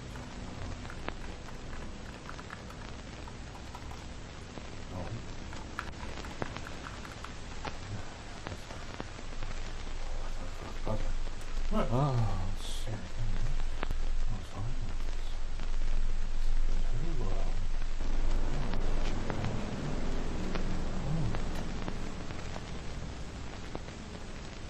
Come with me.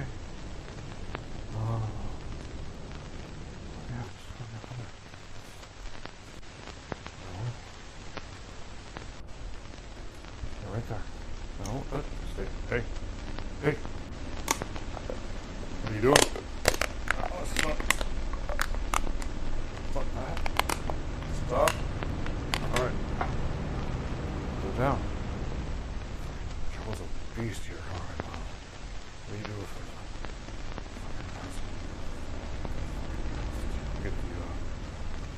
instruction manual.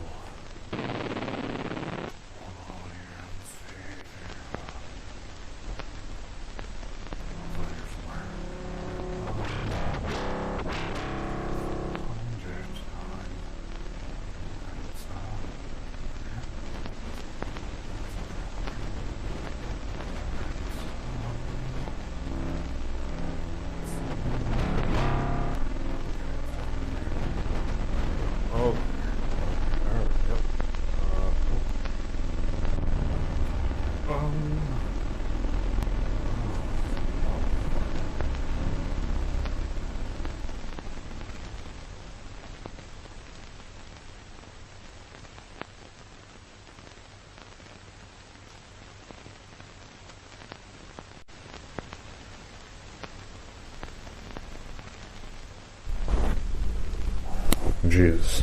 Alright, let's try this again. Move down there. Stay. Stay, monkey. Stay, monkey. Monkey. Stay there. Stay, monkey. Don't move.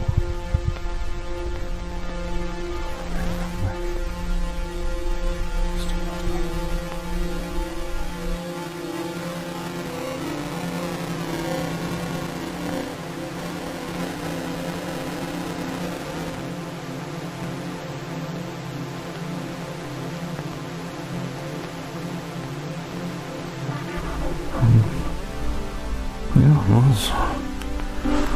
It's pretty much what happened.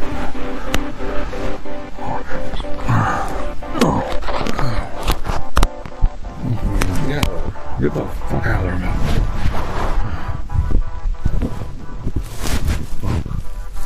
I can only tell you this once, but I might be able to pass this information on to you. What? Stop a small connection here. Look, you're inside the body of a monkey. You're not supposed to be there. You're shaping corn. Much, much different. Oh boy. But there you are. You're a fucking monkey. Little beady eyes looking at me. Hey, it's fine. I got beady eyes too, you know. But you're not really supposed to what you're doing right there. I only got you in a little bit. Look. I know it's weird. Okay? Just put the fucking knife down, man. Put it down. Okay, man, put it down.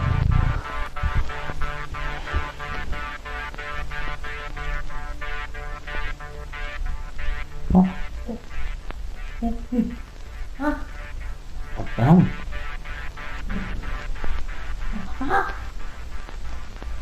Fuck, man. Fucking knife down.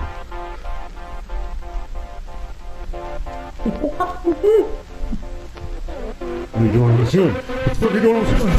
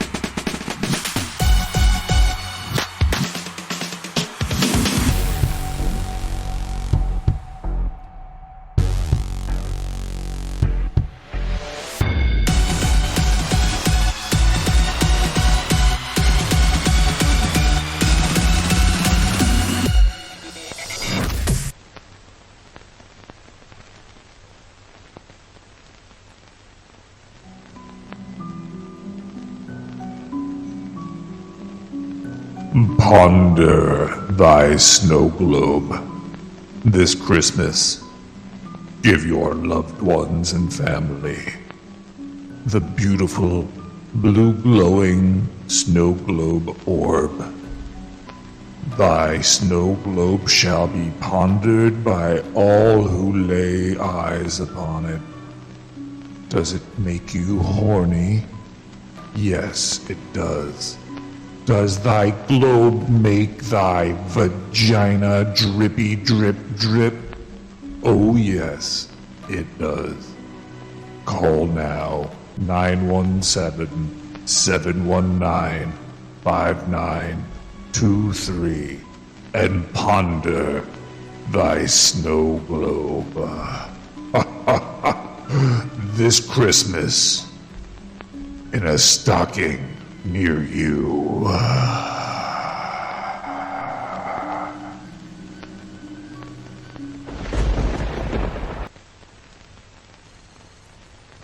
Hello, comrades.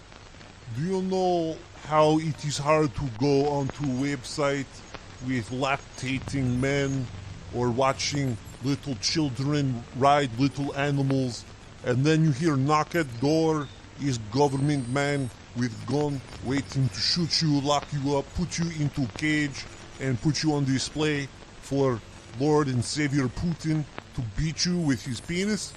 Yeah, this is no good. I do not enjoy it either. And most VPN services in communist Russia, it's no help, does not help me become the pervert of the future that I would like to be. So basically, there is new service recently purchased from Mr. Bemrose himself to put into Russia. It is Sir Bemrose's Russian VPN. Is now owned by Russian government. We do not spy on the people. The packets are always kept hidden, like under cover. You cannot see, they do not see the packets. You go onto your dating website, you look for a partner, you are big horny hentai man. Your government won't know. They won't come to your house, knock on your door. If you order drugs like marijuana or any type of drugs on the internet, they do not care. They will look right through it. They just see static. They do not see what's going on. Trust me. You could trust me, your friend Boris VPN on off. Sir Bemrose talked to me on phone personally. He sound much like a little boy. Sound like Mr. Bemrose doesn't work out much. His pecs are probably really small. My pecs really big. I think Mr. Bemrose started the VPN service to go look at My Little Pony websites, and he was being harassed by his government man because Senor Trump, he does not like pony boys, but he sold his technology to Russia, and now we are advertising Mr. Sir Bemrose's Russian VPN is new addition to old Sir Bemrose VPN service. You and me together will make world great again. You don't have to worry about being spotted for... I don't know what the sponsors are here tonight. While I was listening to that, though, I figured out a way to fix reality. This is the great thing about Nick the Rat advertisements. While you're listening to them, you think of other stuff other than the actual advertisers, and that's why we charge so much for the spots. Either way, to fix reality, check this out. After I ask this question, Late Night Warriors, I want you to think about it. We're going to listen to a little music, then we're going to open up the phone lines after. And then you are going to call in and tell me how I'm wrong. Or right. Okay, here, to fix reality. Instead of voting on stuff, we vote on questions. We have a public questionnaire that we vote on. We've cast our vote on the question to be asked to politicians that need to be answered, and if they're answered unsatisfactorily, unsatisfactorily, then we cut their heads off. I think that would fix reality right there. A little French fashioned truth, a little truth. Because politics are completely missing the truth these days, especially since they repealed that thing that lets fucking government lord over corporations. It's very strange that the people are scared of big government, but then it's obviously it's big corporations running the place. We should have government to regulate everybody equally. But government needs to be open. The only place it would need to be closed would be in the spy world. Let's listen to some music. We'll be right back with more Nick the Rat Radio. Give me a call and tell me if you think that we should vote on questions that need to be answered until a head's cut off or not. We have M. Stanley with Am I Dreaming? You probably are right about now.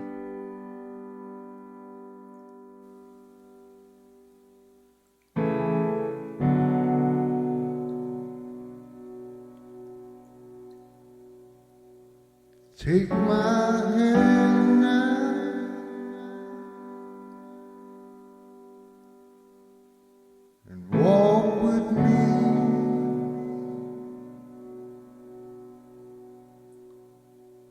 I want to show you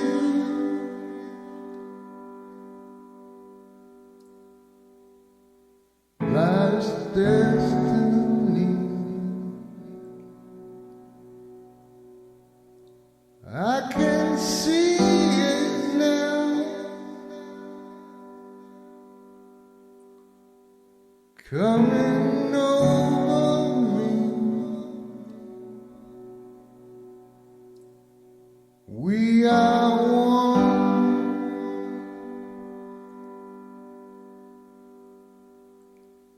never apart.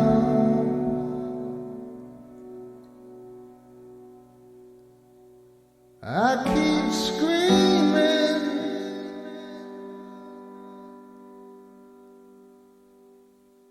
I don't hear your heart.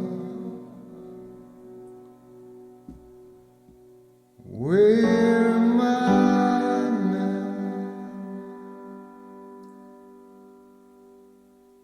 Oh, in my inner dream, I can't tell you,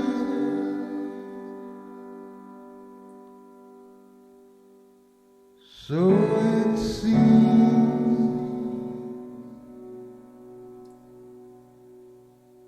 The blood will boil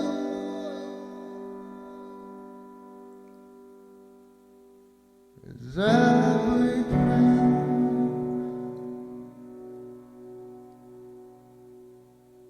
From all our enemies, we will be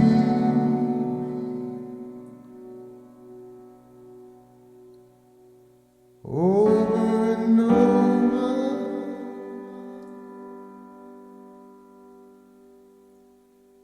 till this June.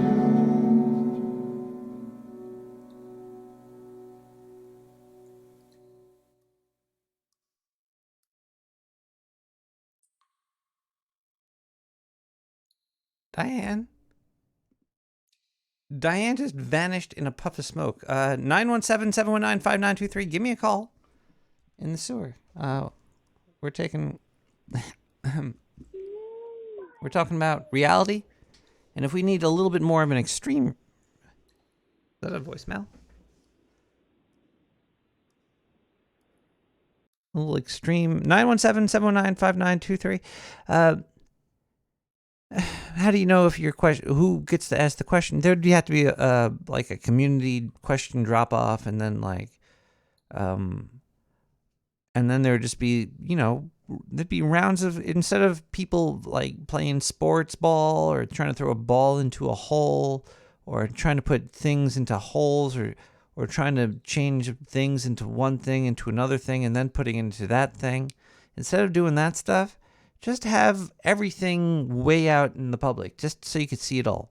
And the people that have really fucked up questions, then just put them on a watch list, okay? You know, hey, we could all just watch each other. We could self-regulate, right? Isn't self-regulation a thing? Possibly. Caller, how are you? Hi. Hey, it's me again. I just wanted to talk about books for a little bit. Is that cool with you? Megan, you could talk about whatever you want. All right, so I've been reading a lot of books lately. But the first one I finished is The Night Circus by Aaron Morgenstern. Sounds like a made-up name, if you ask me, but aren't they all? He really killed it on this one. Or Ninth Circus? The Night Circus, yes. The Night Circus? Circuit? It's like a magical circus that shows up around your town or city in one of the fairgrounds or wherever you have circuses. Yeah. And then it's always after dark and it's always magical and everything like that. Do they rob you? Do they rob you? Well, so okay.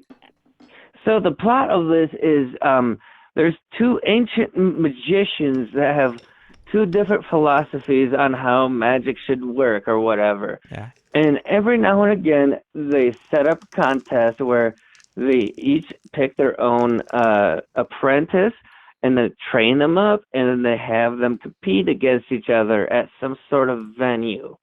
And in this case, the venue is the Night Circus. But can I do a non-spoiler review of this? If you're listening and you don't want to be spoiled, turn this off now. No. There's no spoilers. I'm just going to describe how she tells the story and kind of her narrative framework, because it's very unique and masterfully done. And I didn't know what it was until way past halfway through the book, and that is another mark of a great storyteller, because she was very subtle about it. Oh, and this is you could only say unless if you could answer me one question. Okay, what's that? If you could tell me where they got their magical powers from. Studying. All right, you could tell the story. Studying and experience. That really is what they did. And, well, okay. So before we get off on this other tangent, I need to focus on the kind of story structures that she picked, because it's clockwork. She has 3 different timelines of the main narrative, and is this kind of like the Pulp Fiction of Harry Potter? It's not quite the same, because technically this is a romance novel, even though it's not super heavy on the romance. It's probably romantic. The whole story is probably romantic. Well, yeah, and this is why this is easily my top favorite of my guilty pleasures. You know, yeah, The Notebook is up there too, because that's just a fucking great story. But did you read The Notebook? So yeah, but we're talking about the Night Circus right now. But without spoiling any of the story, I can tell you that the way the narrative works like a clock, which has a lot of significance in the story, because one of the characters designed a clock based off of, he was given a fuck ton of money and he was told that it has to be dreamlike. And so he made this awesome clock that over the course of 12 hours, it slowly melds apart and reveals other pieces. And in the book, it's described this clock will play out a full chess game. We'll have all of the stars in the constellation, and it dances a beautiful dance, and then at the very end of the 12 hours, it comes back again and looks like just a plain old black and white clock. And that object really describes what this story is all about. A black and white clock. And yeah. In fact, the whole night circus is a black and white scheme. And all of the fanboys and fangirls that are huge, like, follow this thing around, they dress in black and white with, like, one red scarf or a red kerchief or hat or whatever. Were they commies? No, I don't think so. Well, and this takes place in steampunky area. Oh, okay. Yeah. Which is where train work and gear work and that kind of. This is really a good steampunk novel too. If you just like steampunk for what it is. But yeah, I really loved it, and since it is a romance novel, it made me feel guilty, and so I also started reading some Orson Scott Card sci-fi novels. Have you ever used an audiobook? Have I read audiobooks? No, you don't read. You listen to them. Have you ever listened to an audiobook? Yes. And actually, my favorite one is The Areas of My Expertise by John Hodgman, because it's hilarious, and I like, for as early on as he did it, he used the most of what was available for audio only on an audiobook. He had music, he had different segments with different jingles, and he was making shit up hilariously, and that was delightful. Caller, if you weren't able to listen to an audiobook, would you rather read the book or watch somebody do sign language?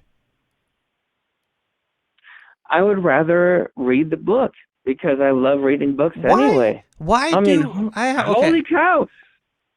That's some of my favorite things. That's one of my favorite things to do when I'm at the bar. What? Sign language? Yeah. No.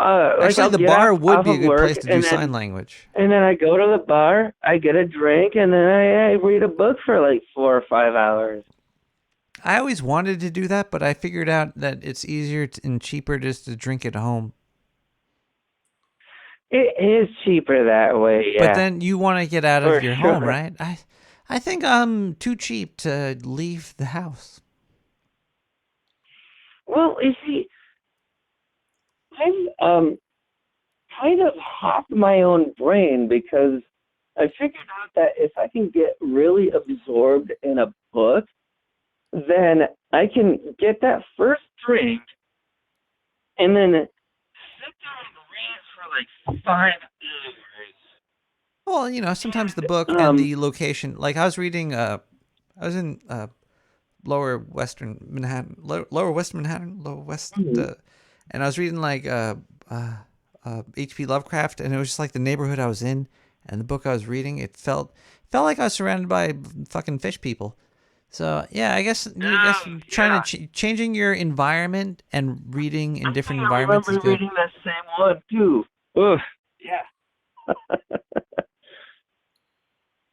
But I'm talking about sign language on like when your politician is talking to you. Wouldn't you rather just read like why is there sign language people on TV if they could have subtitles?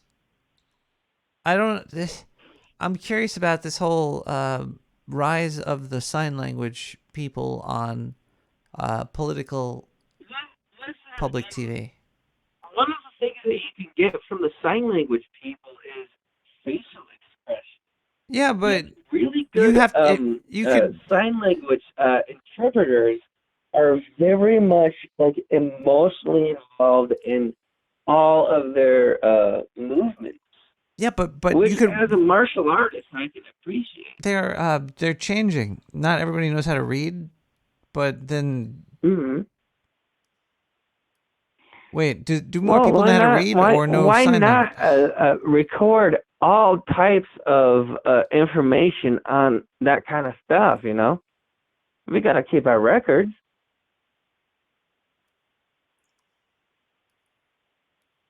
I just think text to speech is more is a better way to express what my a brain politician is farted out saying. too, and I completely forgot what we were talking about. We were talking about how are you relaxing these days? Oh, I'm doing great. I'm glad you asked. Yeah, I'm working at the burrito place again, where I'll be making more money. And Bigger also, burritos. I've been reading Orson Scott Card. I started with Ender's Game, and then I read Speaker for the Dead, and now I'm on Xenocide.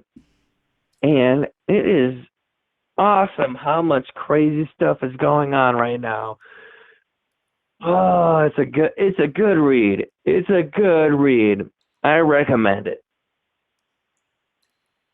It was a good read. I can't imagine going that far into their into that story though, of like aliens attacking Earth, insectoid aliens, and having children bred to. Because if you have enough time to breed children to be military superstars, you have superstars that exist already that are older than children. That is a very unique way to sum up the entirety of the Orson Scott Card novel cycle, because after this novel, I was going to go and read Ender's Shadow, which is the whole story about Bean. Mr. Bean? And, I love Mr. Bean, too.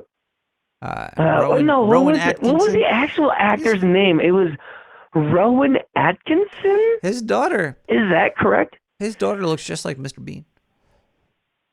No, I think Mr. Bean is one of the most genius comedians out there, on the same tier level as Terry Gilliam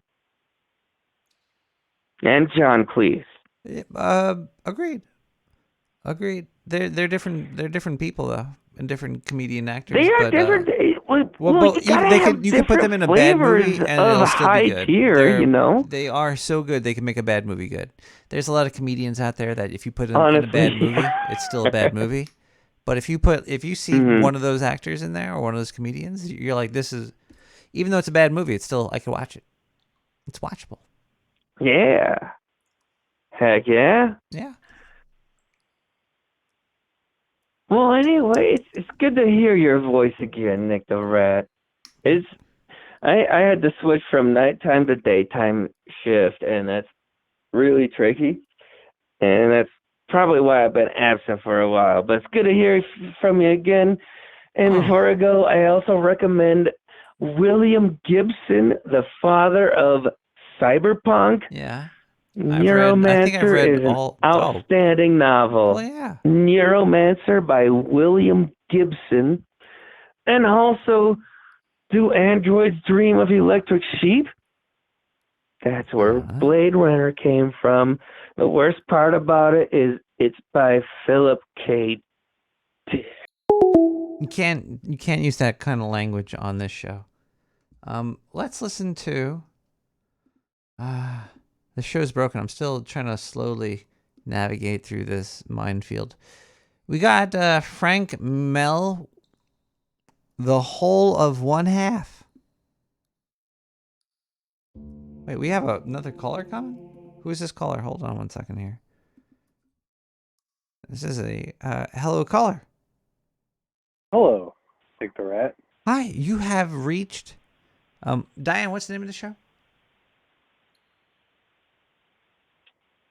My parents taught me how to read, but it was only the Bible. It's a good book. Is he the first superhero? He's not even the first superhero, is he? Who? Moses? No, there was books before the Bible that described superheroes, right? Yeah, most definitely. Most definitely. How's your night going? How are you? I am really. I'm at the edge of the seam of reality. Oh. Let me clarify. Was that scene as in SCENE or seam? Both. SEAM? I combined both of those words into a new word. It was like an SH, like a Sean with an SH or SE, and I can put those and no, I'm pretty good actually. You know, life's not horrible. I think gas hit $5 a gallon, which means everything is going to get really expensive soon. Yeah, place I usually stop at $4.19 today. We're not really, it's like 20 minutes to the city. Too bad it wasn't 420. That would have been cool. Hell yeah. Hell yeah. We ain't only getting high on marijuana tonight. Here, sniff this rag. Have you ever rolled a blunt?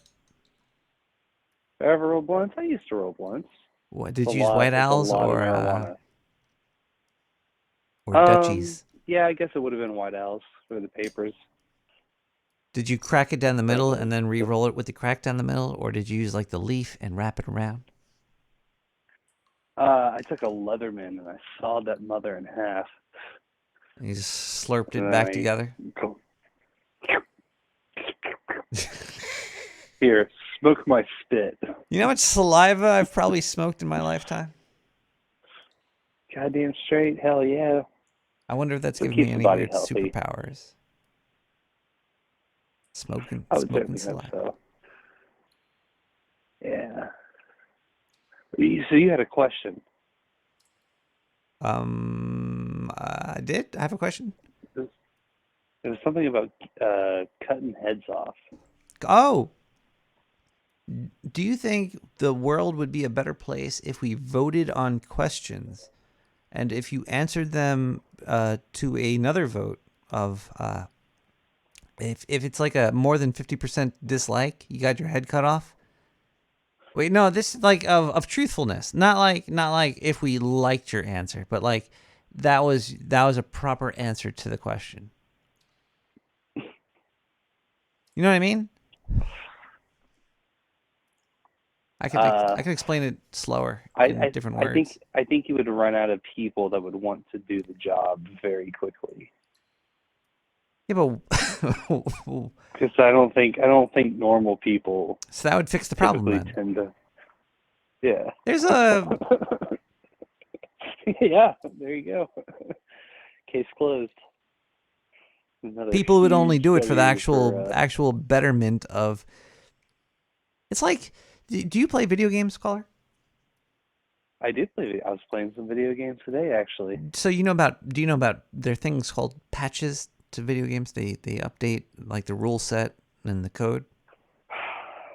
But I like the sort of video games you got to blow in, or at least emulators of them.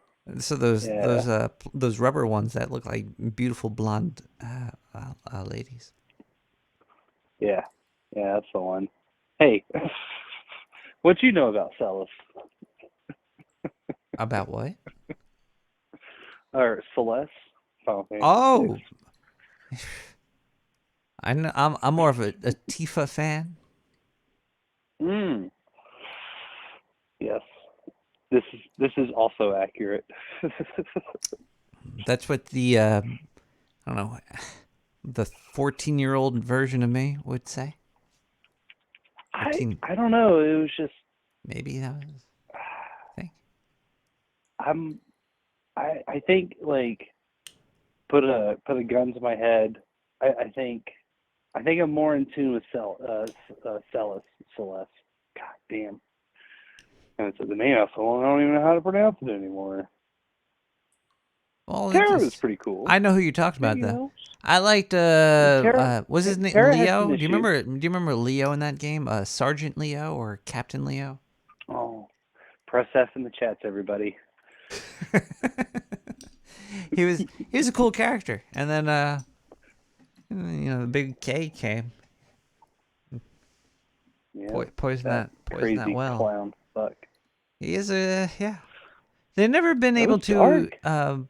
These new games don't encapsulate. I think the evil that they were able to portray in that game. Like he poisoned and killed cities and towns of people. And entires. Like yes, an when's the entire last castle. Yeah, have you ever seen like a new Final Fantasy game after that was like, oh, we just we set a nuke off, we did phosphorus clouds, we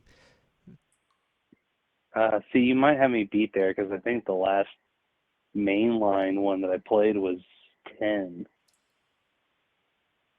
So I don't know what happened after that. They always have like wars. They have like warring cities. Like, oh, the warring city. We took this city over. Oh, they blew up my house. Oh, now I look like I'm dirty. But they never like kill off a whole they never genocide an area. I think I don't know. Maybe they have. They might have. There's those ultimate weapons. They blow up like whole fucking chunks of a continent. I guess I'll shut up now. And they did drop the plates on the slums at Midgard too. That was pretty jacked. That is pretty. That is a proper. What is that called when you sit on somebody's face? With your balls? A tea bag. That is a proper tea bag to a large portion of the population. Sorry, I immediately went to a good time. Having a good time? Oh my goodness. Cool. But yes, patches. Yeah, it's they're interesting, I suppose. Caller, do you know about? I guess the ones that always. Do you know about directed energy weapons at your head? Like psionic attacks. Yes, via the government. See, this gets into some weird shit. Yes, I have heard like some voice of God projecting thoughts, or maybe images getting inside of people's heads. If that happened to you, what would you do? Would you give in? Well, one time something similar happened, and this woman inside of my head started telling me to imagine red rectangles, and I thought, holy fucking shit, who the fuck are you, and what are you doing inside of my head? And then she got really pissed off at me, and I was like, okay, I'm sorry, I'll do it. And then he's like, holographic rectangles. And you were totally lucid. You weren't dreaming. You weren't on drugs. This happened to you. There was another voice in your head, and it was a woman's voice. And you said, "Why are you here?" And you kicked her out. Well, okay. There's two incorrect statements. I never said that I was sober. Oh, okay. And it was no. It was marijuana. It was marijuana. That was the only thing I was on. You were stoned. You were high. But a lot.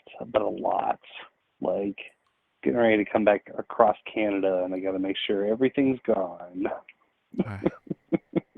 So you smoked a shitload of marijuana, and Canada turned into a woman and started talking to you in your head. I remained myself. The whole state. She was in my head. Country. She was in my head, and I didn't kick her out. I decided to see what she wanted, and I fulfilled her request, and it felt like I was doing a flyover across my brain that looked like a circuit board, and there was all these circuits like solenoid, or I'm sorry, not solenoids, but capacitors like sparking. And as I was flying over, the sparks would like turn into fucking fireworks and shit. It was weird. Are you a better person now after this experience?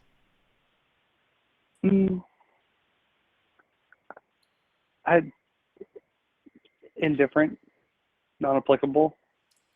Yeah, I definitely didn't write a manifesto afterwards. If that's Well, no, that's what you're getting at. I'm just saying this was an experience you had, and it affected you. Did it affect you in a good way? Are you enlightened now from this? Are you an awoken No, I would. creature? That just feels kind of inaccurate, or like a stolen valor sort of scenario. It was just a long string of. Are you a high perfect string creature of light? strangeness. Are you a warrior of light? I mean, I'd like to. The fact that I say I would like to, So you are a warrior of light. If you say so. I don't know. That's what how else to these say. games work. These games do work like this. You're told something, and you become the creation that was told to you. There is a very fine line between fate and free will. It's your free will lets you take that ride, but that ride is already there. There's a ride for whatever ride you're willing to take. You could switch it at any point, and that's how it works. You're starting to sound like a Robert Anton Wilson video I was watching today. He was talking about Crowley, and he just, thy will is the law of the land, and it's just going out there and being. It's pretty interesting stuff. It is, but it still doesn't matter. Do you ever get that itch in the back of your throat that only the inevitable heat death of the universe could scratch? It could be scratched a lot easier. It could be the feather of a poisonous microbe. I know you like to get wet, Rat. Caller? Yes, stick the rat. Caller, you are?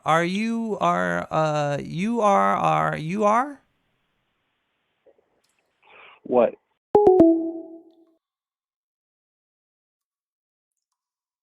The whole of one half, Frank Mel.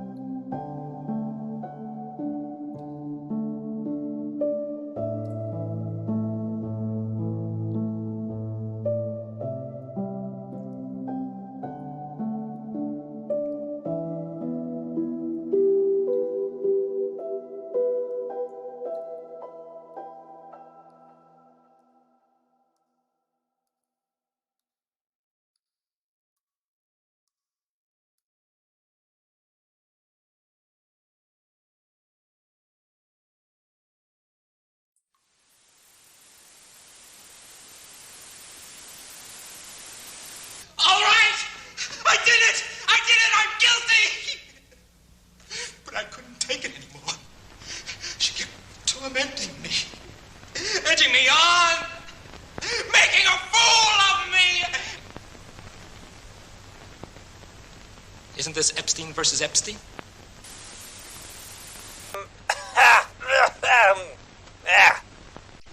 Oh, yeah, just having some coffee over here to get the taste of hookers out of my mouth. Has anybody here had to read A Streetcar Named Desire in high school? Okay. Most of you probably got to read the Spark Notes. You're lucky. So there's a saying at the end of it that Blanche says. It's something along the lines of, I've always relied on the kindness of strangers, and I want to come back to that in a moment. So I have a repair shop in Manhattan that employs 12 people. Most of the people that work here barely graduated high school, did not go to college, did not get amazing grades, yet they are very, very talented at taking a 10-layer circuit board that has thousands of components on it, and within 5 to 10 minutes figuring out exactly what's wrong with it. And these people who are unauthorized, uncertified in every single way, who got C students throughout high school, are responsible for us having a better rating than any Apple store in a 20-mile radius on Google Maps and Yelp, which I'm very proud of. Now, many people may wonder, why are we here? If you're already doing very well, why do you need a bill passed? And what most people don't understand is what we have to go through in order to actually be able to provide services to customers. My customers think I go to apple.com/parts and I buy the chip that I need. I go to their knowledge base and I download a schematic. They have no idea that the schematics to be able to fix their devices come from random Romanian FTP servers where somebody in China took a USB drive off of a desk, risked their job to leak that so that we would be able to get access to that thing that just 20 or 30 years ago was commonly distributed when you bought the computer. Or that the charging chip that goes bad on the motherboard, we don't get to buy that from the manufacturer. What we have to do is there's somebody somewhere who is going to take the stack of boards that are being thrown away because they were not fit for production, take all those boards, chop them up into pieces so that they can get them out, take them out in their clothes, and then sell them to everybody else so that we can get access to a charge chip so that you can pay $200 to get your device fixed rather than $1,500 to $2,000 at Apple. This entire industry relies on the kindness of strangers, and we are asking to be able to rely on something more novel than that, an add to cart button. The ability to do what people in every other industry do, which is simply go to a website, source a part, and then purchase it to be able to do what we do.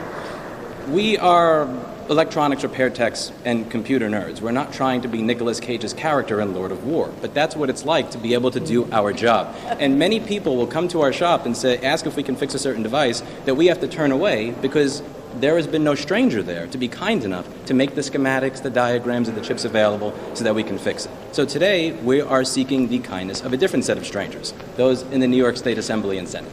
And I hope to get a favorable reading on this bill. Thank you very much.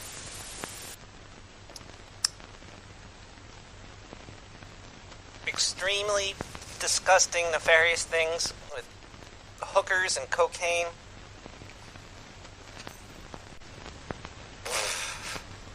There, more or less. Now there's just homeless people. I guess you could have sex with homeless people if you want, but.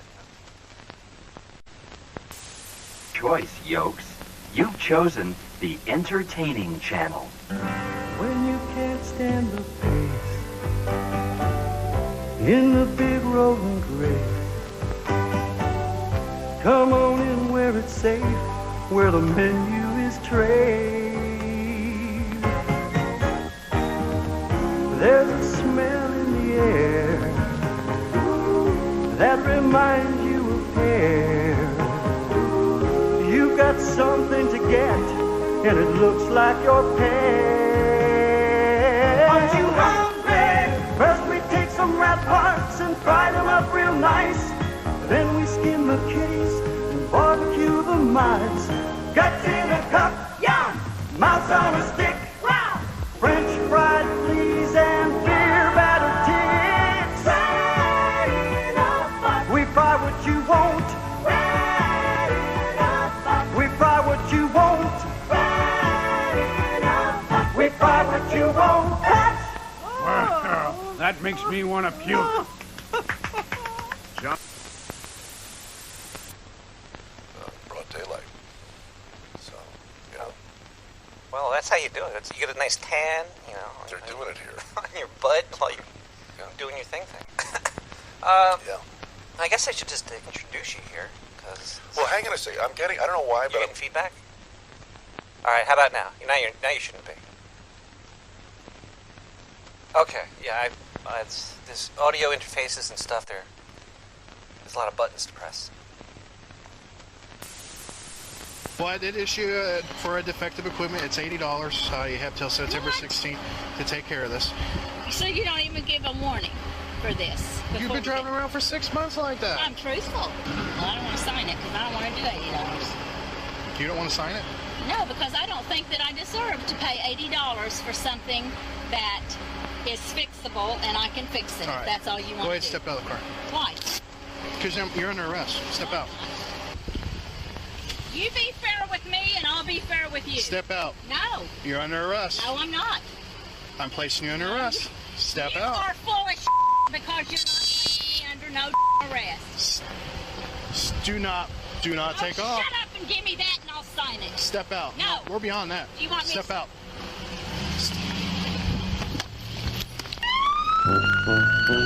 Get out of the car! Get out of the car! Get out of the car! Get out of the car!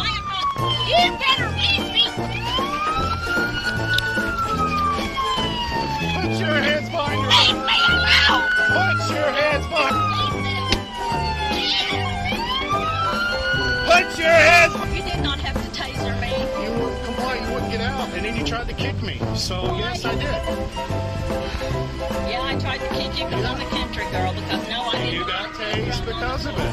Yes, and I didn't like being thrown on the ground. Well, next time you listen to what I'm telling you to do.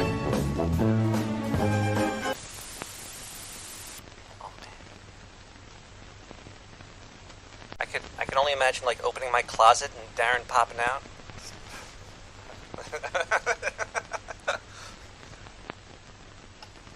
All right, so we are speaking with Larry. Now, I might mispronounce your last name here. Bleidner? Yes. Yes, I nailed it. I was practicing all night with that hooker. She said very, very, very lovely things about you. She said you write books, which I didn't know about until she was telling me about this. Yeah, she actually showed me her Mac Daddy book. She whipped it out while we were. Bob Dylan seems to me a totally pernicious influence, the nasal whine of death and masochism. Certainly, this would be a more cheerful world if there were no Dylan records in it. But Dylan and his audience mirror each other, and deserve each other, as Marx said. A morbid society creates its own morbid gravediggers.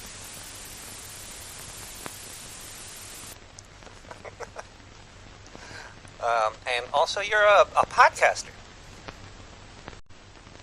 and it's a good thing that you are, because you have even a more beautiful buttery voice than Darren O'Neill himself.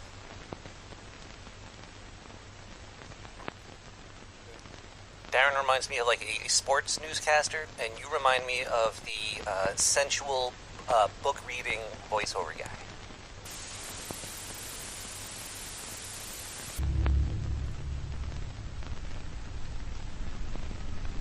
Ross, may I have a word with you?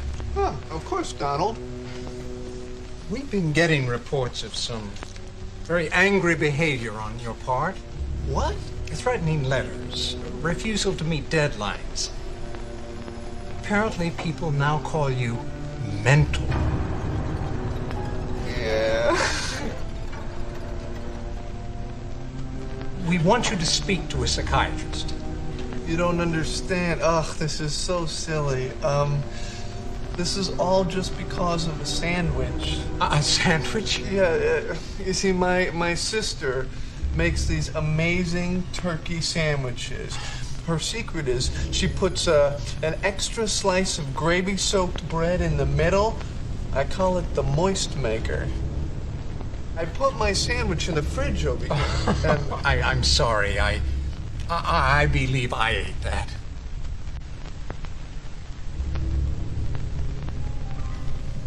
You ate my sandwich? It was a simple mistake. It could happen to anyone. Oh, really? Did you confuse it with your own turkey sandwich with a moist maker? Do you perhaps remember seeing a note on top of it? There may have been a joke or limerick of some kind. That said, It was my sandwich. Now calm down. Come look in my office. Some of it may still be in the trash. What? Well, it was quite large. I had to throw most of it away. You threw my sandwich away. My sandwich? My sandwich?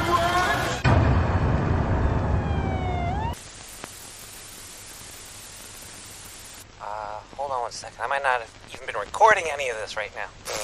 Darren, I need you. Alright, hold on 1 second here. You are coming through which port here? Virtual bus. Let's record on B2. Let's see. Are you getting feedback here? Nope. It's nice and clear. 5x5. Nice and clear. 5x5. Let me clear out my throat one more time from all that hooker juice. Hold on. All right. One more time here.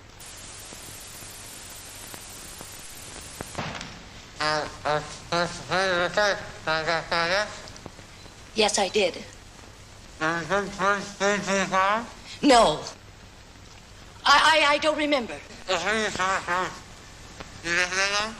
No. Don't put words in my mouth. Yes. Yes, it's true. I lied.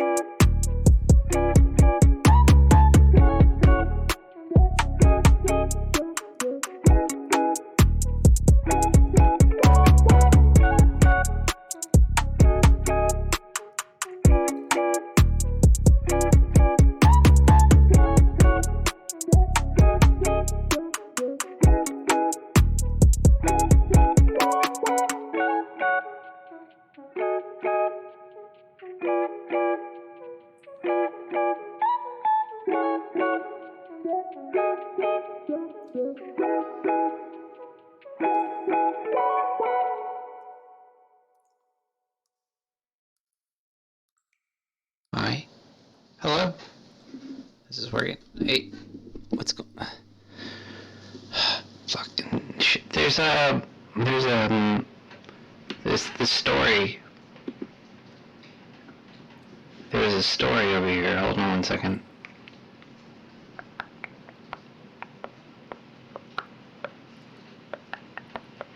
Horp? Where's the story? Oh, here it is. Yeah, I want to read this right here. Where is it? There's a goddamn computers. so good at that.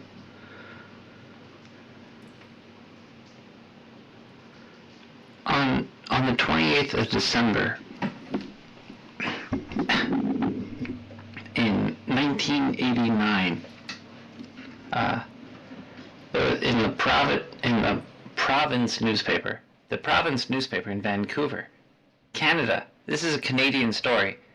Usually, you don't get too many Canadian stories on podcasts, so this is a first for many. It reported that Gibson intended to crush a... Okay, Quarkus, turn off. This episode was not meant to have so much animal cruelty within it. I don't know how it came to this. It just seems to happen. There seems to be this weird thing in reality where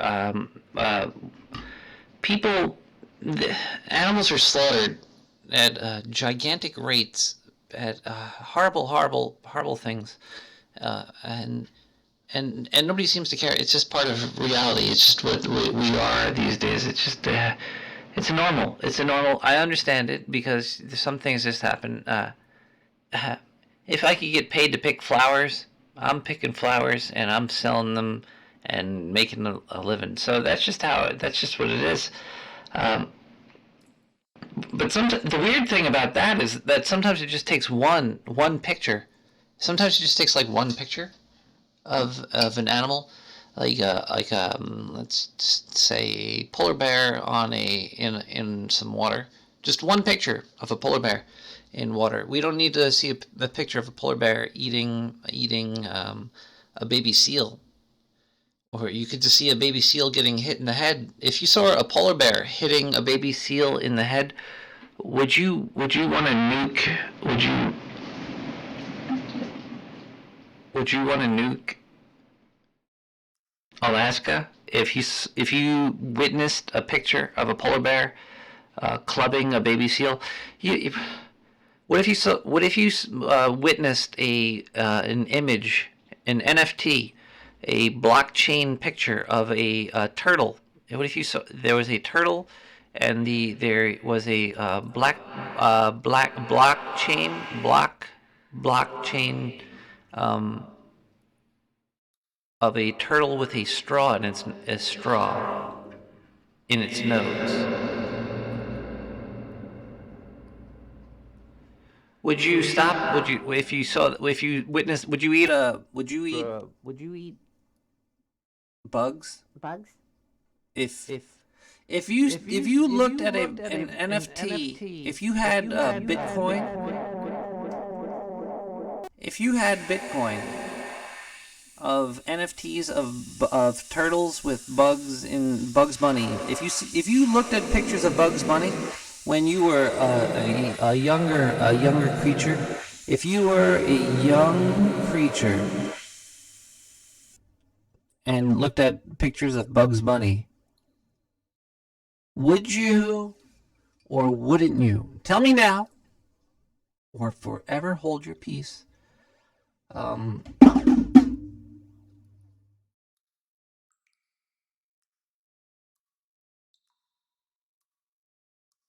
Crush a rat. If you stop. This is serious. Stop it, Diane. Stop. Diane, please. Thank you, Diane. Okay. Gibson intended to crush a rat named Sniffy between two paint canvases with a 25-kilogram concrete block in downtown Vancouver. On impact, Sniffy would leave an imprint of the canvases. I think I need some more. I need a little bit more umph here. Would leave an imprint on the canvases, forming a diptych. Gibson said he had acquired Sniffy from a pet shop which sold living rats as food for snakes. What if he crushed a snake? What if the artist crushed a snake between two? What if the snake was a politician between two canvases? Opinions about the impending event was publicly broadcast via newsprint. I like how that's quaint. Newsprint, that's quaint. Newsprint, television, and radio. Okay. So this was a big event for just nothing. It was a guy doing nothing, and it was quite the large event there. The performance was planned to happen on the 6th of January, 1990, outside the Old Central Public Library on Burrard Street. Opinions about the impending event. This was like a nuclear blast. There was a single rat that was going to be fed to a snake, was going to be squished publicly, and there was opinions about this. There was opinions about it in a public event on all the transoms.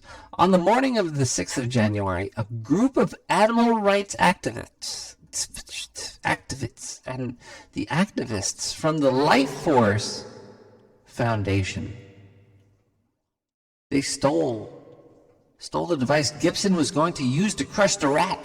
They are actually using this now. This is technology that can't be purchased or anything. It is now part of a story bigger than you. You're going to be squished between two canvases, and there's nothing you can do about it.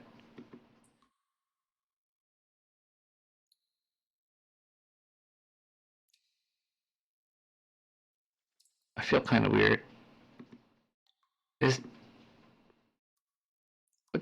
Diane, what is going on? Diane, what is going on? Diane, what is going on right now? This is...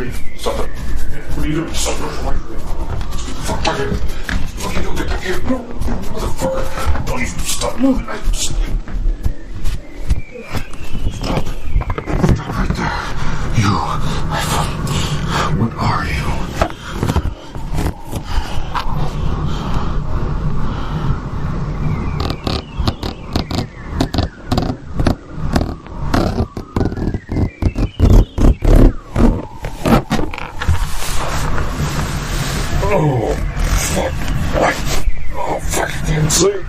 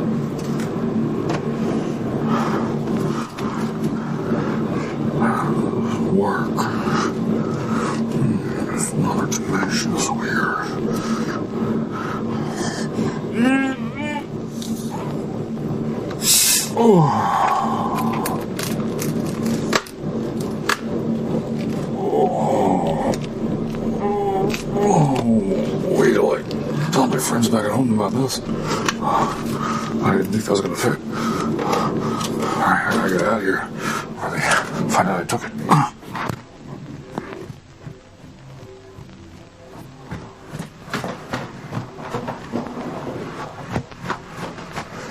Oh. It's now or never, baby. Woo.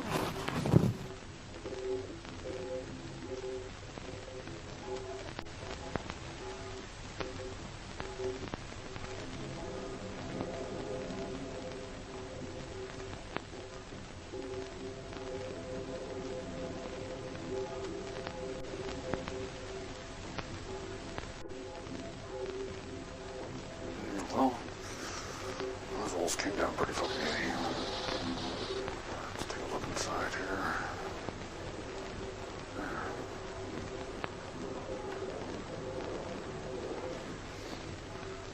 There's a fucking wasp. Oh, there's a wasp in here. Motherfuckers. Insect warfare. What's going on here? What's this? The fuck is this shit? It's like a fucking portal to another dimension, man. If I get too close to it. Oh, no. Suck me. Suck me. Stop. No!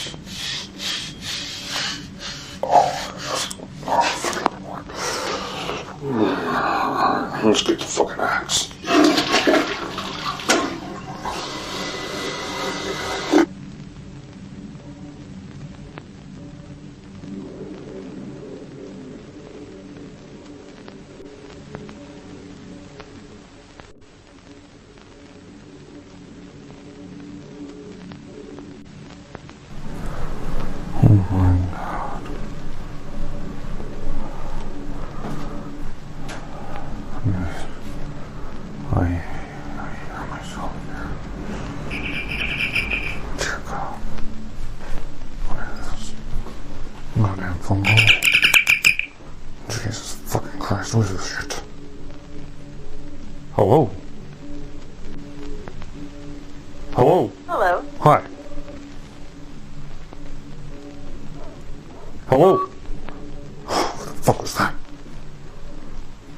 Alright, just fucking with me now.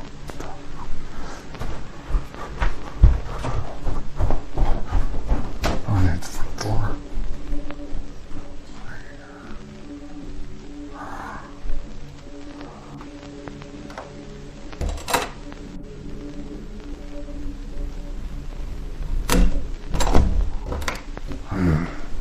Nobody there. He's just fucking with me now. They outside in the fucking goddamn black fucking vans again. Let's go fucking check this out. Oh, it's fucking coming. Knife.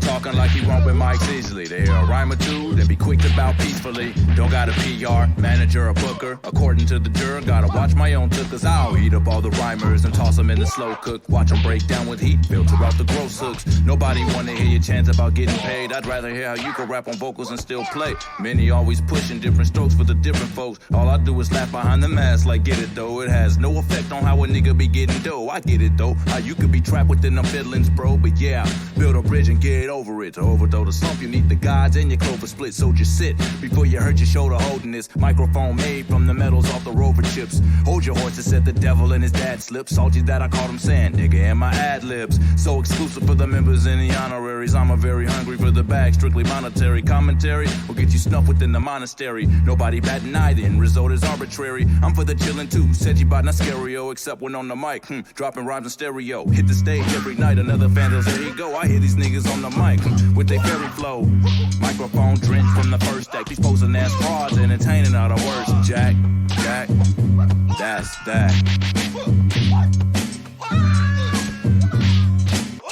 Y'all thought it was over? Nah.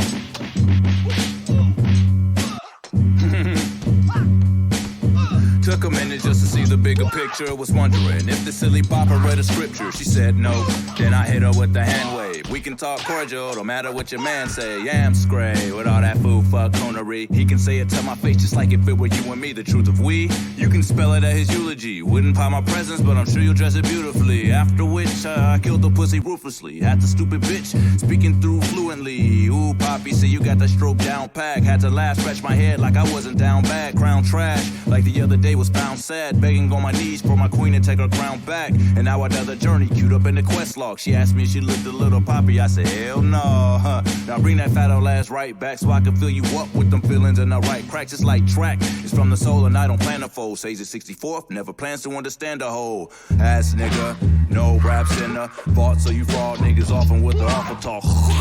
Now it's time to spit the real shit. How many seconds would I really have to deal with? Thirsty ass niggas who ain't got no kingdom of their own. That alone a throne with our friends holding stones. Cast them at that light skinned bastard. He's talking kinda funny shit, made just to cook the blaster. Pow. Damn that I miss him. Had caught him creeping in the evening slick trying to get some. This too will come to pass and I mean I'll split her ass out back arch. I'ma make her shit squirt. Damn.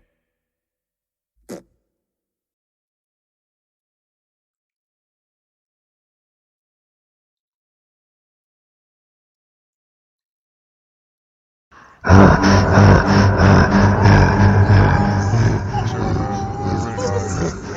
Sewer Network for Bigfoot Assault. Bigfoot Assault is real cases of people being assaulted by Bigfoot and learning to cope with it. So tune in every night. Rat Radio.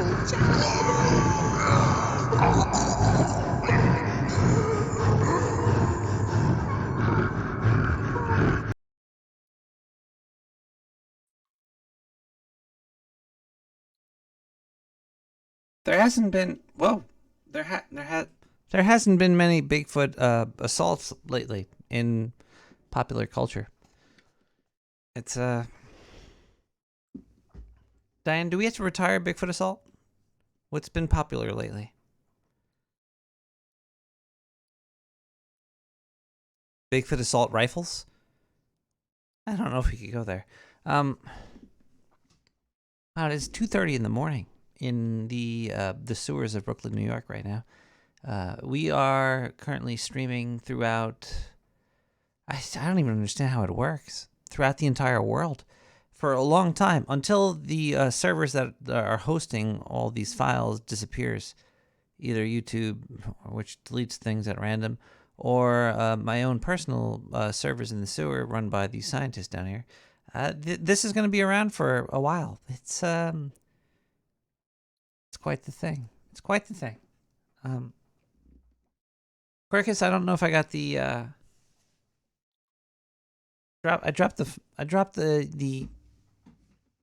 hold on one second. Even if it came through now, I would still mention it next week. Oh, there's a gas blast.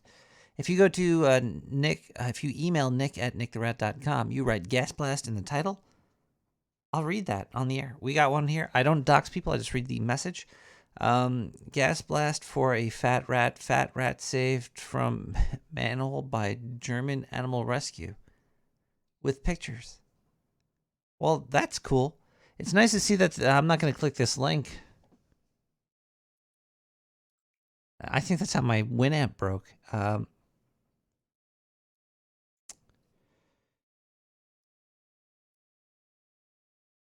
Either way, I hope everybody had a am I taking? Yeah, I guess I could. It's raining out here actually. Hold on. Yeah, let's open up the phone lines. 917-719-5923. Dance in the morning light.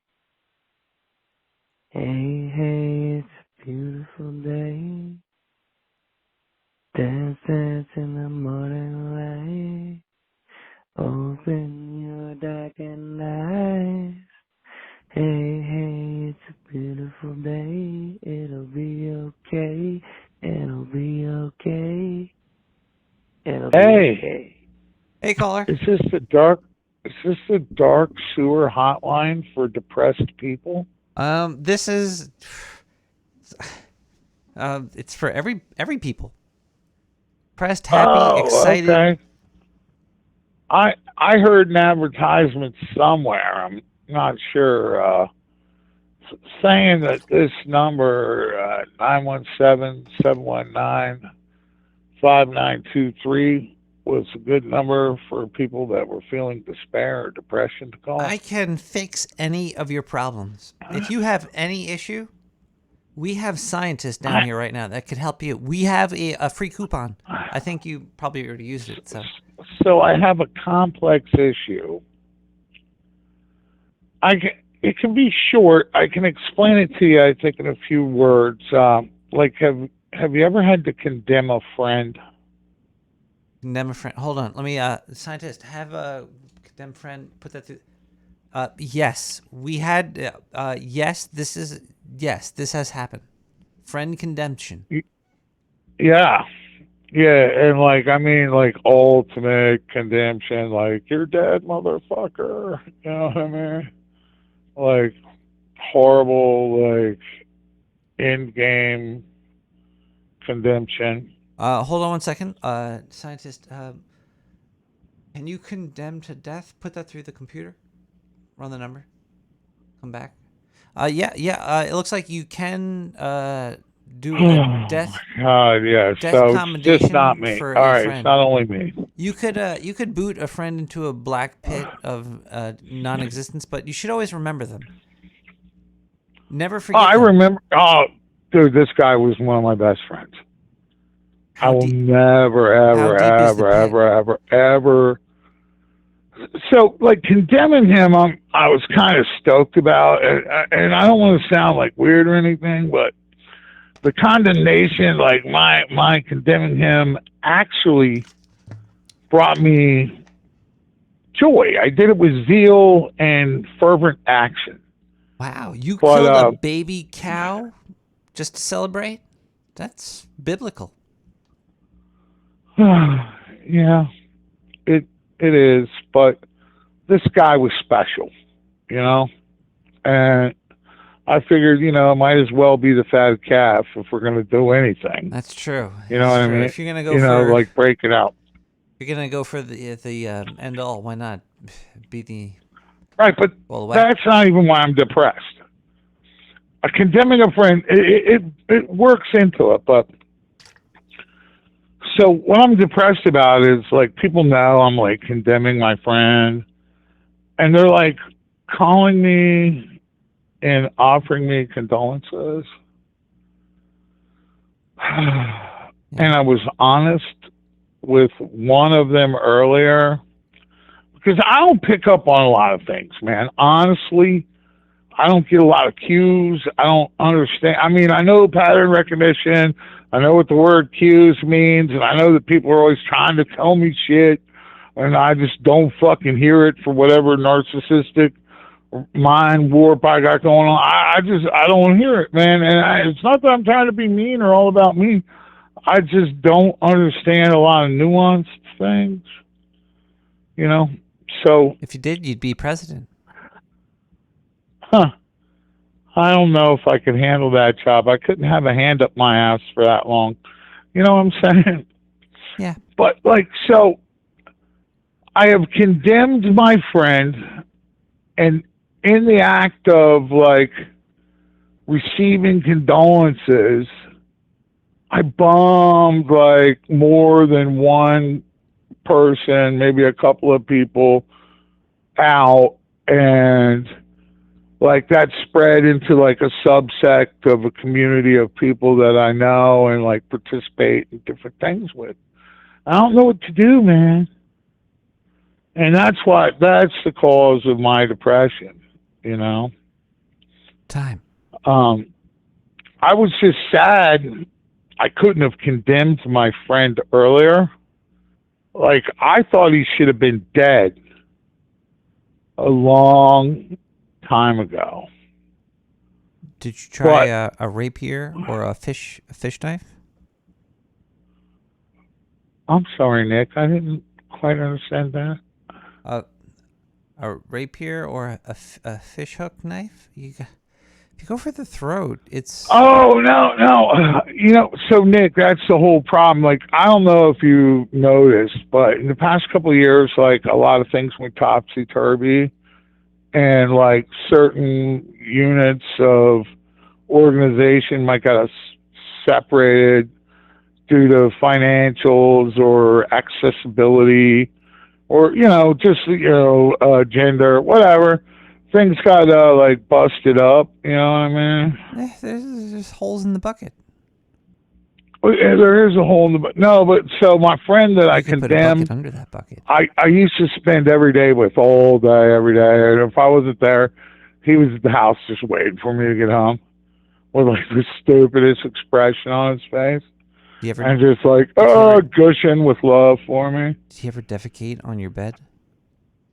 No, this motherfucker knew way better than that. He and I had done a thing. I might sound like I'm a little weird. I trained him up well, but did you ever have sex with that he was Franco trained fella? Up well. James Franco? Did he ever make out with James Franco? No, but he did make out with Madonna and Shania Twain and Taylor Swift. Oh. amongst others, he had a lot of very famous friends. He really did. Josh Groban and he spent a whole day at a park once. Wow. Yeah, I know. Well, see, this is the complexity of my idiocy, Nick. This is what I'm trying to get to. So, I had to condemn my friend, right? And people knew that went down, and they called me, and they could tell that I wasn't my normal self or whatever. Or I was elusive on answering their questions or whatever. But they were all like, "Oh, I bet you're really bummed that your little buddy's got to fucking check out, mister." And you know, for whatever dumb reason of my non-Q reading ass, I was like, yeah, well, fuck that shit. We should have killed him months ago, back during the second amputation. Prior to the second amputation, we should have just fucking put him down. Did you ever have a friend? You ever have a friend hang up on you? Yeah. Good night, America. We'll be back next week.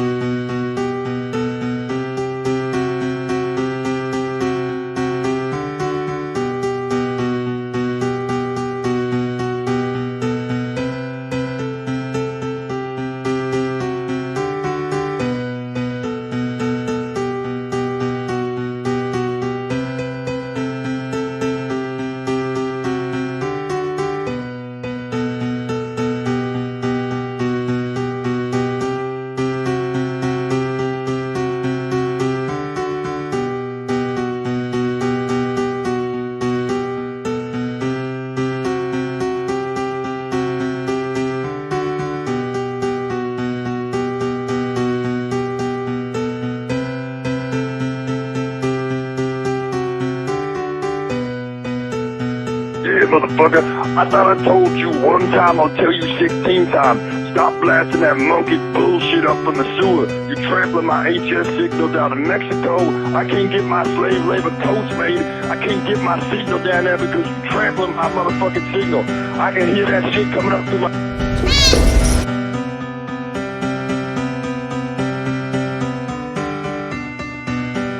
Deja vu.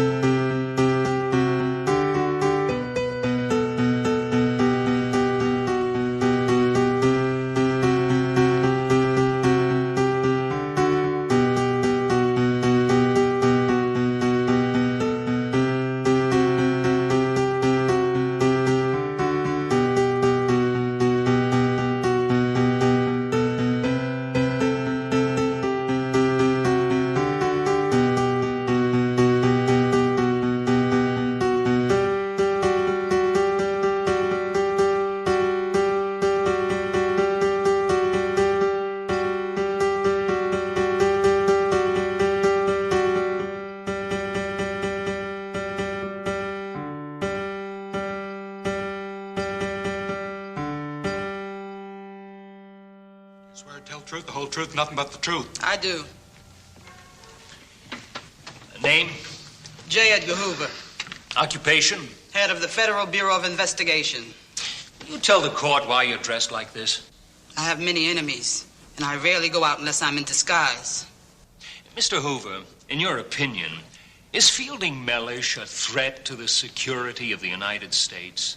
Enough to have his phone tapped. Hello? Hello, who is this? Who is this? Hello, who is this? Can you hold on 1 second? Walter, it's for you! No killing animals!